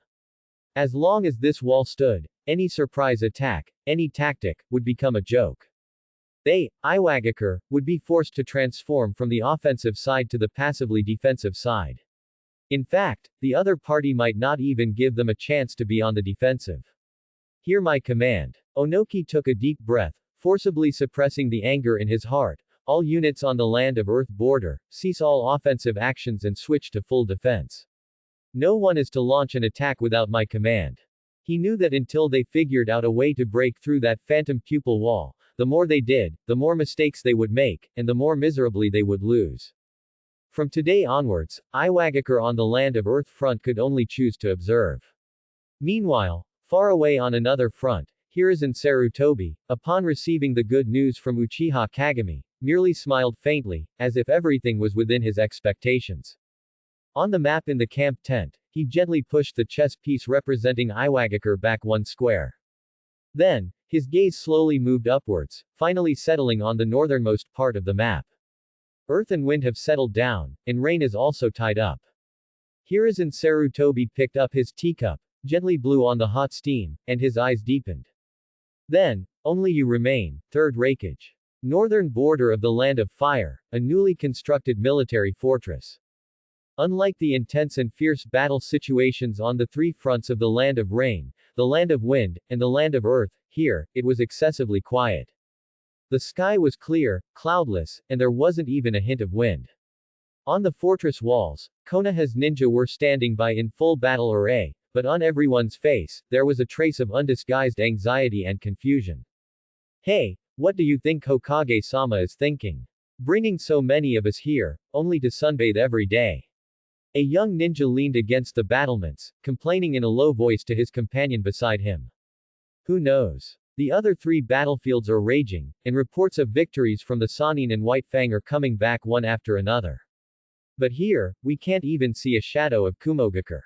Another ninja also lowered his voice. "I heard that Lord Kagami, without shedding a drop of blood, captured the third Tsuchikage's son alive. That scene, tisk tisk, it's said that the Iwagakure guys were so scared they crawled back into their holes." "Really? That amazing?" "Of course. The village is buzzing with rumors that Hokage-sama is a god descended from heaven, capable of foresight. Otherwise, how could he predict Iwagakure's actions so accurately?" The ninjas' discussions, neither too loud nor too soft, just managed to reach the ears of a man who was meditating nearby. Danzo Shimura. His brow furrowed almost imperceptibly. He couldn't figure it out either. It had been almost a month since he received the Hokage's order to assist Hiruzen as his deputy in guarding the northern defense line. In this month, Hiruzen had done almost nothing. He hadn't strengthened patrols, hadn't sent out scouts, and even the routine military meetings were held half-heartedly. The most he did every day was stay in the command room at the highest point of the fortress, slowly wiping his black staff. That staff, the Kongo Nioi Bo adamantine staff, transformed from his summoned beast, Enma. Danzo had several times almost asked Hiruzen what exactly he was waiting for. Would Hidden Cloud Village really, as he said, abandon other battlefields and launch a desperate surprise attack from their position? This was completely illogical. But then, remembering Hiruzen's repeated uncanny predictions, Danzo swallowed the words that were on the tip of his tongue. His feelings for Hiruzen were very complex now. There was awe, and conviction, but more than that, there was a deep sense of powerlessness.